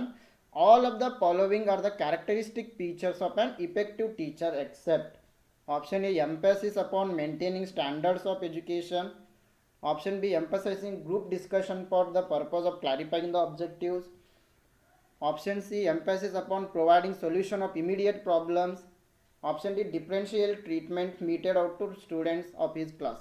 ಕೆಳಗಿನವುಗಳೆಲ್ಲವೂ ಪರಿಣಾಮಕಾರಿ ಶಿಕ್ಷಕನ ವಿಶಿಷ್ಟ ಲಕ್ಷಣಗಳಾಗಿವೆ ಒಂದನ್ನು ಹೊರತುಪಡಿಸಿ. ಆಪ್ಷನ್ ಎ ಶಿಕ್ಷಣದ ಗುಣಮಟ್ಟವನ್ನು ಕಾಪಾಡಿಕೊಳ್ಳಲು ಒತ್ತನ್ನು ನೀಡುವುದು, ಆಪ್ಷನ್ ಬಿ ಉದ್ದೇಶಗಳನ್ನು ಸ್ಪಷ್ಟಪಡಿಸುವ ಉದ್ದೇಶಕ್ಕಾಗಿ ಗುಂಪು ಚರ್ಚೆಗೆ ಒತ್ತು ನೀಡುವುದು, ಆಪ್ಷನ್ ಸಿ ತಕ್ಷಣದ ಸಮಸ್ಯೆಗಳ ಪರಿಹಾರವನ್ನು ಒದಗಿಸುವುದರ ಮೇಲೆ ಒತ್ತು ನೀಡುವುದು, ಆಪ್ಷನ್ ಡಿ ಅವರ ವರ್ಗದ ವಿದ್ಯಾರ್ಥಿಗಳಿಗೆ ಭೇದಾತ್ಮಕ ಚಿಕಿತ್ಸೆ ನೀಡುವುದು. Yes, here the right answer is option D. The good teacher, he will not be differential. So differential treatment meted out to student of the class. So we cannot differentiate between the students. So ಯಾವಾಗಲೂ ಉತ್ತಮ ಶಿಕ್ಷಕರು ವಿದ್ಯಾರ್ಥಿಗಳಲ್ಲಿ ವರ್ಗದ ವಿದ್ಯಾರ್ಥಿಗಳಿಗೆ ಭೇದವನ್ನು ಮಾಡಬಾರ್ದು. So ಇದು ಶಿಕ್ಷಕರ ಉತ್ತಮ ಲಕ್ಷಣ ಅಲ್ಲ. ಸೊ ಹಾಗಾಗಿ ಆಪ್ಷನ್ ಡಿ ಸರಿಯಾಗಿದೆ. Question number 10. In order to modify the undesirable behavior of a student, the most effective method is. So how we are going to modify the undesirable behavior of the student? Option A, you are going to punish the student. Option B, you will try to bring it the notice of the parents. Option C, to find out the reasons for the undesirable behavior, and you are going to provide remedies. Option D, all of the above. So ಒಂದು ತರಗತಿಯಲ್ಲಿ ವಿದ್ಯಾರ್ಥಿ ಅನಪೇಕ್ಷಿತ ನಡವಳಿಕೆಯನ್ನು ತೋರಿಸ್ತಾ ಇದ್ದಾನೆ. So ಹಾಗಾಗಿ ನೀವು ಯಾವ ರೀತಿ ಒಂದು ಅನಪೇಕ್ಷಿತ ನಡವಳಿಕೆಯನ್ನು ಸುಧಾರಣೆ ಮಾಡಬಹುದು? ಆಪ್ಷನ್ ಎ, ನೀವು ವಿದ್ಯಾರ್ಥಿಯನ್ನು ಶಿಕ್ಷಿಸ್ತಾ ಇದ್ದೀರಾ. ಆಪ್ಷನ್ ಬಿ, ನೀವು ಆ ವಿದ್ಯಾರ್ಥಿಯ ವರ್ತನೆಯನ್ನು ಪೋಷಕರ ಗಮನಕ್ಕೆ ತರ್ತಾ ಇದ್ದೀರಾ. ಆಪ್ಷನ್ ಸಿ, ವಿದ್ಯಾರ್ಥಿಯ ಅನಪೇಕ್ಷಿತ ವರ್ತನೆಗೆ ಕಾರಣಗಳನ್ನು ಕಂಡುಹಿಡಿಯಲು ಮತ್ತು ಪರಿಹಾರಗಳನ್ನು ನೀಡಲು ಪ್ರಯತ್ನಿಸ್ತಾ ಇದ್ದೀರಾ? ಆಪ್ಷನ್ ಡಿ ಮೇಲಿನ ಎಲ್ಲ. Yes, here the right answer for this question is option C is correct. When the student is showing undesirable behavior has a good teacher, you will try to find the reason for the undesirable behavior and you will provide remedies. So ಆಗ ನೀವು ಏನು ಮಾಡಬೇಕು, ಯಾವುದೇ ವಿದ್ಯಾರ್ಥಿ ನಿಮಗೆ ಅನಪೇಕ್ಷಿತ ವರ್ತನೆಗಳನ್ನು ತೋರಿಸಿದ್ರೆ ಆ ಒಂದು ವರ್ತನೆಗೆ ನೀವು ಕಾರಣಗಳನ್ನು ಫೈಂಡ್ ಔಟ್ ಮಾಡಬೇಕು ಮತ್ತು ಆ ಒಂದು ಕಾರಣಕ್ಕೆ ನೀವು ಸೊಲ್ಯೂಷನನ್ನು ನೀಡಬೇಕು. ಸೊ ನಾವು the next question is question number 11. In totality, the teacher helps students the most in which of the following way? Option A, integrated development of the child. Option B, physical growth of the child. Option C, for socio-cultural. Option D, development of the child. ಒಟ್ಟಾರೆಯಾಗಿ ಶಿಕ್ಷಕರು ಈ ಕೆಳಗಿನ ಯಾವ ರೀತಿಯಲ್ಲಿ ವಿದ್ಯಾರ್ಥಿಗೆ ಹೆಚ್ಚು ಸಹಾಯ ಮಾಡಬಹುದು? ಆಪ್ಷನ್ ಎ ಮಗುವಿನ ಸಮಗ್ರ ಅಭಿವೃದ್ಧಿ. ಆಪ್ಷನ್ ಬಿ ಮಗುವಿನ ದೈಹಿಕ ಬೆಳವಣಿಗೆ. ಆಪ್ಷನ್ ಸಿ ಸಾಮಾಜಿಕ ಸಾಂಸ್ಕೃತಿಕ. ಆಪ್ಷನ್ ಡಿ ಮಗುವಿನ ಬೆಳವಣಿಗೆ. Yes, here the right answer is option A integrated development of the child. ಮಗುವಿನ ಸಮಗ್ರ ಅಭಿವೃದ್ಧಿ ಸರಿಯಾದ ಉತ್ತರ ಆಗಿದೆ. So question number 12. If students are not able to follow the teacher in the class should. So when students are not going to follow your lecture, what are you going to do? Option A, give them prompt reply. Option B, illustrate with suitable examples. Option C, make the contents easier. Option D, all of the above. So ವಿದ್ಯಾರ್ಥಿಗಳು ನೀವು ತರಗತಿಯಲ್ಲಿ ಹೇಳ್ತಾ ಇರೋ ವಿಷಯವನ್ನು ಅರ್ಥ ಮಾಡ್ಕೊಳ್ತಾ ಇಲ್ಲ. So ಆವಾಗ ನೀವು ಯಾವ ರೀತಿ ರಿಪ್ಲೈ ಮಾಡ್ತಾ ಇದ್ದೀರಾ? ಆಪ್ಷನ್ ಎ ವಿದ್ಯಾರ್ಥಿಗೆ ತ್ವರಿತ ಉತ್ತರವನ್ನು ನೀಡುವುದು. ಆಪ್ಷನ್ ಬಿ ಸೂಕ್ತ ಉದಾಹರಣೆಗಳೊಂದಿಗೆ ವಿವರಣೆಯನ್ನು ನೀಡುವುದು. ಆಪ್ಷನ್ ಸಿ ವಿಷಯಗಳನ್ನು ಸುಲಭಗೊಳಿಸುವುದು. ಆಪ್ಷನ್ ಡಿ ಮೇಲಿನ ಎಲ್ಲವು. So all of the above measures option B is correct. Illustrate with the suitable examples. So if you give them good examples with explanation, then students may understand. So ಯಾವಾಗ ನೀವು ಸೂಕ್ತ ಉದಾಹರಣೆಗಳೊಂದಿಗೆ ವಿವರಣೆ ಮಾಡ್ತಾ ಇದ್ದೀರಾ ಆವಾಗ ವಿದ್ಯಾರ್ಥಿಗಳು ಸರಿಯಾಗಿ ಅರ್ಥ ಮಾಡಿಕೊಳ್ತಾರೆ. ಸೊ ಹಾಗಾಗಿ ಆಪ್ಷನ್ ಬಿ ಸರಿಯಾಗಿದೆ. Yes, let us move to the next question. Question number 13. In a lively classroom situation, there is likely to be option A, occasional roars of laughter. Option B, complete silence. Option C, frequent teacher-student dialogue. Option D, loud discussion among the students. So ಉತ್ಸಾಹಭರಿತ ತರಗತಿಯ ಪರಿಸ್ಥಿತಿಯಲ್ಲಿ dash ಇರುವ ಸಾಧ್ಯತೆ ಇದೆ. Option A ನಗುವಿನ ಸಾಂದರ್ಭಿಕ ಗರ್ಜನೆಗಳು. Option B ಸಂಪೂರ್ಣ ಮೌನ. ಆಪ್ಷನ್ ಸಿ ಆಗಾಗ ಶಿಕ್ಷಕ ವಿದ್ಯಾರ್ಥಿಗಳ ನಡುವೆ ಸಂಭಾಷಣೆ. ಆಪ್ಷನ್ ಡಿ ವಿದ್ಯಾರ್ಥಿಗಳ ನಡುವೆ ಜೋರಾಗಿ ಚರ್ಚೆ. Yes, in a lively classroom there will be frequent teacher dialogue. So the teacher and the students both are engaging in discussion, so which is known as the lively classroom. So ಈ ಒಂದು lively classroom ನಲ್ಲಿ ಅಂದರೆ ಉತ್ಸಾಹಭರಿತವಾದ ತರಗತಿಯಲ್ಲಿ ಶಿಕ್ಷಕರು ಮತ್ತು ವಿದ್ಯಾರ್ಥಿಗಳು ಇಬ್ಬರು ಕೂಡ ಈ ಒಂದು ಡಿಸ್ಕಷನ್ನಲ್ಲಿ ಅಂದರೆ ಸಂಭಾಷಣೆಯಲ್ಲಿ ಭಾಗವಹಿಸ್ತಾ ಇರ್ತಾರೆ. Yes, the next question is for maintaining an effective discipline in the class, the teacher should.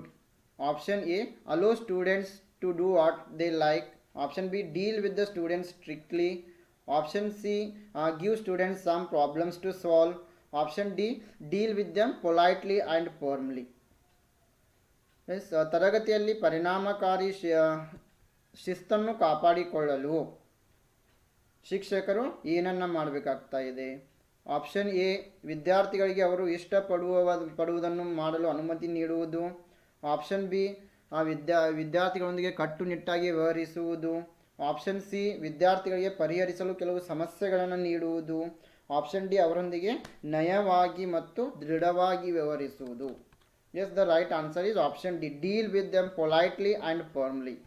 So to maintain discipline in the class, the teacher should deal politely and firmly with the students. So ತರಗತಿಯಲ್ಲಿ ಒಂದು ಪರಿಣಾಮಕಾರಿಯಾದ ಶಿಸ್ತನ್ನು ಕಾಪಾಡಿಕೊಳ್ಬೇಕಂತಂದರೆ ಶಿಕ್ಷಕರು ಯಾವಾಗಲೂ ವಿದ್ಯಾರ್ಥಿಗಳೊಂದಿಗೆ ನಯವಾಗಿ ಮತ್ತು ದೃಢವಾಗಿ ವರ್ತಿಸಬೇಕು.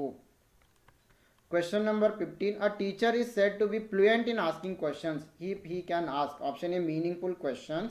Option B, as many questions as possible.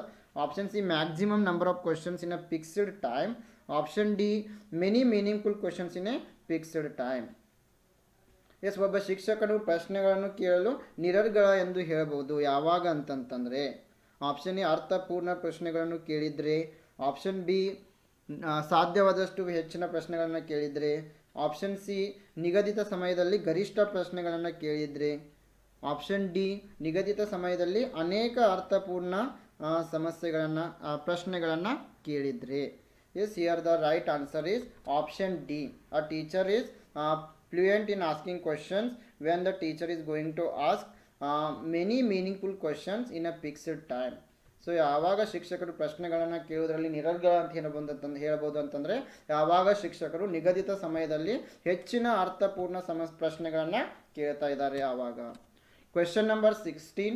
On the first day of his class if a teacher is asked by the students to introduce himself, he should option A ask them to meet after the class, option B tell them about him in brief, option C ignore the demand and start teaching, option D scold the student for this unwanted demand. ಯಾವಾಗ ತರಗತಿಯಲ್ಲಿ ನಿಮ್ಮ ಮೊದಲನೇ ತರಗತಿಯಲ್ಲಿ ವಿದ್ಯಾರ್ಥಿಗಳು ನಿಮ್ಮನ್ನು ಪರಿಚಯಿಸಿಕೊಳ್ಳಲು ಹೇಳ್ತಾ ಇದ್ದಾರೆ, so ಆವಾಗ ನೀವು ಯಾವ ರೀತಿ ರಿಪ್ಲೈ ಮಾಡ್ತಾ ಇದ್ದೀರಾ? ಆಪ್ಷನ್ ಎ ತರಗತಿಯ ನಂತರ ಅವರನ್ನು ಭೇಟಿಯಾಗಲು ಹೇಳ್ತೀರಾ, ಆಪ್ಷನ್ ಬಿ ಅವರ ಬಗ್ಗೆ ನಿಮ್ಮ ಬಗ್ಗೆ ಸಂಕ್ಷಿಪ್ತವಾಗಿ ಹೇಳ್ತೀರಾ, ಆಪ್ಷನ್ ಸಿ ಬೇಡಿಕೆಯನ್ನು ನಿರ್ಲಕ್ಷಿಸಿ ನಿಮ್ಮ ಬೋಧನೆಯನ್ನು ಆರಂಭ ಮಾಡ್ತೀರಾ, ಆಪ್ಷನ್ ಡಿ ಅನಗತ್ಯ ಬೇಡಿಕೆಗಾಗಿ ವಿದ್ಯಾರ್ಥಿಯನ್ನು ಬೈತಾ ಇದ್ದೀರಾ? Yes, here the right answer is option B. When students are asking to give your introduction in your first class, so as a good teacher, so you should introduce about yourself in a brief. So ಯಾವಾಗ ವಿದ್ಯಾರ್ಥಿಗಳು ನಿಮಗೆ ನಿಮ್ಮ ಪರಿಚಯವನ್ನು ಹೇಳಲು ಹೇಳ್ತಾ ಇದ್ದಾರೆ, so ನೀವು ಉತ್ತಮ ಶಿಕ್ಷಕರಾಗಿ ಸ್ವಲ್ಪ ನಿಮ್ಮ ಸಂಕ್ಷಿಪ್ತವಾಗಿ ನಿಮ್ಮ ಬಗ್ಗೆ ಅವರಿಗೆ ಹೇಳಬೇಕಾಗ್ತಾ ಇದೆ. ಸೊ ಹೀಗಾಗಿ ಆಪ್ಷನ್ ಬಿ ಸರಿಯಾಗಿದೆ. Next question number 17. The essence of an effective classroom environment is option A a variety of teaching instructional facilities, option B lively student teacher interaction, option C pin drop silence, option D strict discipline. ಪರಿಣಾಮಕಾರಿ ತರಗತಿಯ ಪರಿಸರದ ಸಾರ. Option A ವಿವಿಧ ಬೋಧನಾ ಸೌಲಭ್ಯಗಳು, option B ಉತ್ಸಾಹಭರಿತ ವಿದ್ಯಾರ್ಥಿ ಶಿಕ್ಷಕರ ಪ್ರತಿಕ್ರಿಯೆ, ಆಪ್ಷನ್ ಸಿ ಪಿನ್ ಡ್ರಾಪ್ ಮೌನ, ಆಪ್ಷನ್ ಡಿ ಕಟ್ಟುನಿಟ್ಟಾದ ಶಿಸ್ತು. Yes, the effective classroom means lively student teacher interaction. When we can say effective classroom, where student and teachers are interacting. So ಯಾವಾಗ ಶಿಕ್ಷಕರು ಮತ್ತು ವಿದ್ಯಾರ್ಥಿಗಳು ಇಬ್ಬರೂ ಸೇರಿ ಉತ್ಸಾಹಭರಿತವಾಗಿ ಪರಸ್ಪರ ಸಂಭಾಷಣೆಯನ್ನು ಮಾಡ್ತಾ ಇದ್ದಾರೆ, ಯಾವಾಗ ನಾವು ಅದನ್ನು ಪರಿಣಾಮಕಾರಿ ತರಗತಿ ಅಂತ ಹೇಳಬಹುದು. Question number 18. Those teachers are popular among the students who, option A develop intimacy with them, option B help them solve their problems, option C award good grades, option D take classes for extra tuition fee. So ಯಾವ ಶಿಕ್ಷಕರು ಜನಪ್ರಿಯರಾಗಿರ್ತಾರೆ? Option A ಅವರೊಂದಿಗೆ ಆತ್ಮೀಯತೆಯನ್ನು ಬೆಳೆಸಿಕೊಂಡಾಗ, option B ವಿದ್ಯಾರ್ಥಿಗಳ ಸಮಸ್ಯೆಗಳನ್ನು ಪರಿಹರಿಸಲು ಅವರಿಗೆ ಸಹಾಯ ಮಾಡಿದಾಗ, option C ಉತ್ತಮ ಶ್ರೇಣಿಗಳನ್ನು ನೀಡಿದಾಗ, ಆಪ್ಷನ್ ಡಿ ಹೆಚ್ಚುವರಿ ಬೋಧನಾ ಶುಲ್ಕಕ್ಕಾಗಿ ತರಗತಿಗಳನ್ನು ತೆಗೆದುಕೊಂಡಾಗ. So those teachers will be popular who are going to help the students to solve their problems. So ಇಲ್ಲಿ option A is correct I think. So develop intimacy with the students. So ಯಾವ ಶಿಕ್ಷಕರು ವಿದ್ಯಾರ್ಥಿಗಳೊಂದಿಗೆ ಆತ್ಮೀಯತೆಯನ್ನು ಬೆಳೆಸ್ಕೊಳ್ತಾ ಇದ್ದಾರೆ, ಅವರು ಹೆಚ್ಚು ಜನಪ್ರಿಯರಾಗ್ತಾ ಇದ್ದಾರೆ. So option A is correct here. Question number 19. Which of the following is the most important single factor in underlying the success of beginning as a teacher? Scholarship, communicative ability, personality and its ability to relate to the class and to the pupils, option D organizational ability. ಶಿಕ್ಷಕರಾಗಿ ಪ್ರಾರಂಭದಲ್ಲಿ ನೀವು ಶಿಕ್ಷಕರಾದಾಗ ನಿಮ್ಮ ಯಶಸ್ಸಿಗೆ ಆಧಾರವಾಗಿರುವ ಪ್ರಮುಖವಾದ ಅಂಶ ಯಾವುದು? Option A ವಿದ್ಯಾರ್ಥಿ ವೇತನ, ಆಪ್ಷನ್ ಬಿ ಸಂವಹನ ಸಾಮರ್ಥ್ಯ, ಆಪ್ಷನ್ ಸಿ ವ್ಯಕ್ತಿತ್ವ ಮತ್ತು ತರಗತಿಗೆ ವಿದ್ಯಾರ್ಥಿಗಳಿಗೆ ಸಂಬಂಧಿಸುವ ಸಾಮರ್ಥ್ಯ, ಆಪ್ಷನ್ ಡಿ ಸಾಂಸ್ಥಿಕ ಸಾಮರ್ಥ್ಯ. The right answer is personality and ability to relate to the class and to the pupils. So ಯಾವ ಶಿಕ್ಷಕರು ತಮ್ಮ ವ್ಯಕ್ತಿತ್ವವನ್ನು ತರಗತಿಗೆ ಮತ್ತು ವಿದ್ಯಾರ್ಥಿಗಳಿಗೆ ಸಂಬಂಧಿಸಿದ ಸಾಮರ್ಥ್ಯವನ್ನು ಹೊಂದಿರ್ತಾರೆ, ಅದರ ಮೇಲೆ ಒಬ್ಬ ಶಿಕ್ಷಕರ ಯಶಸ್ಸು ನಿಂತಿರ್ತದೆ. Question number 20. Failure of teacher to communicate his ideals well to the students may result in, option A classroom indiscipline, option B loss of students interest in the topic being taught. Option C increased number of absentees in the class. Option D all of the above. ಶಿಕ್ಷಕರು ತಮ್ಮ ಆದರ್ಶಗಳನ್ನು ವಿದ್ಯಾರ್ಥಿಗಳಿಗೆ ಚೆನ್ನಾಗಿ ತಿಳಿಸಲು ಯಾವಾಗ ವಿಫಲರಾಗ್ತಾ ಇದ್ದಾರೆ? Option A ತರಗತಿಯ ಅಶಿಸ್ತು. Option B ಕಲಿಸುವ ವಿಷಯದಲ್ಲಿ ವಿದ್ಯಾರ್ಥಿಗಳ ಆಸಕ್ತಿಯ ನಷ್ಟ. ಆಪ್ಷನ್ ಸಿ ತರಗತಿಯಲ್ಲಿ ಗೈರು ಹಾಜರಾದವರ ಸಂಖ್ಯೆ ಹೆಚ್ಚಿದೆ. ಆಪ್ಷನ್ ಡಿ ಮೇಲಿನ ಎಲ್ಲ. The right answer is option D all of the above are correct here. ಮೇಲಿನ ಎಲ್ಲವೂ ಕೂಡ ಸರಿಯಾಗಿವೆ. Yes, I wish all the best.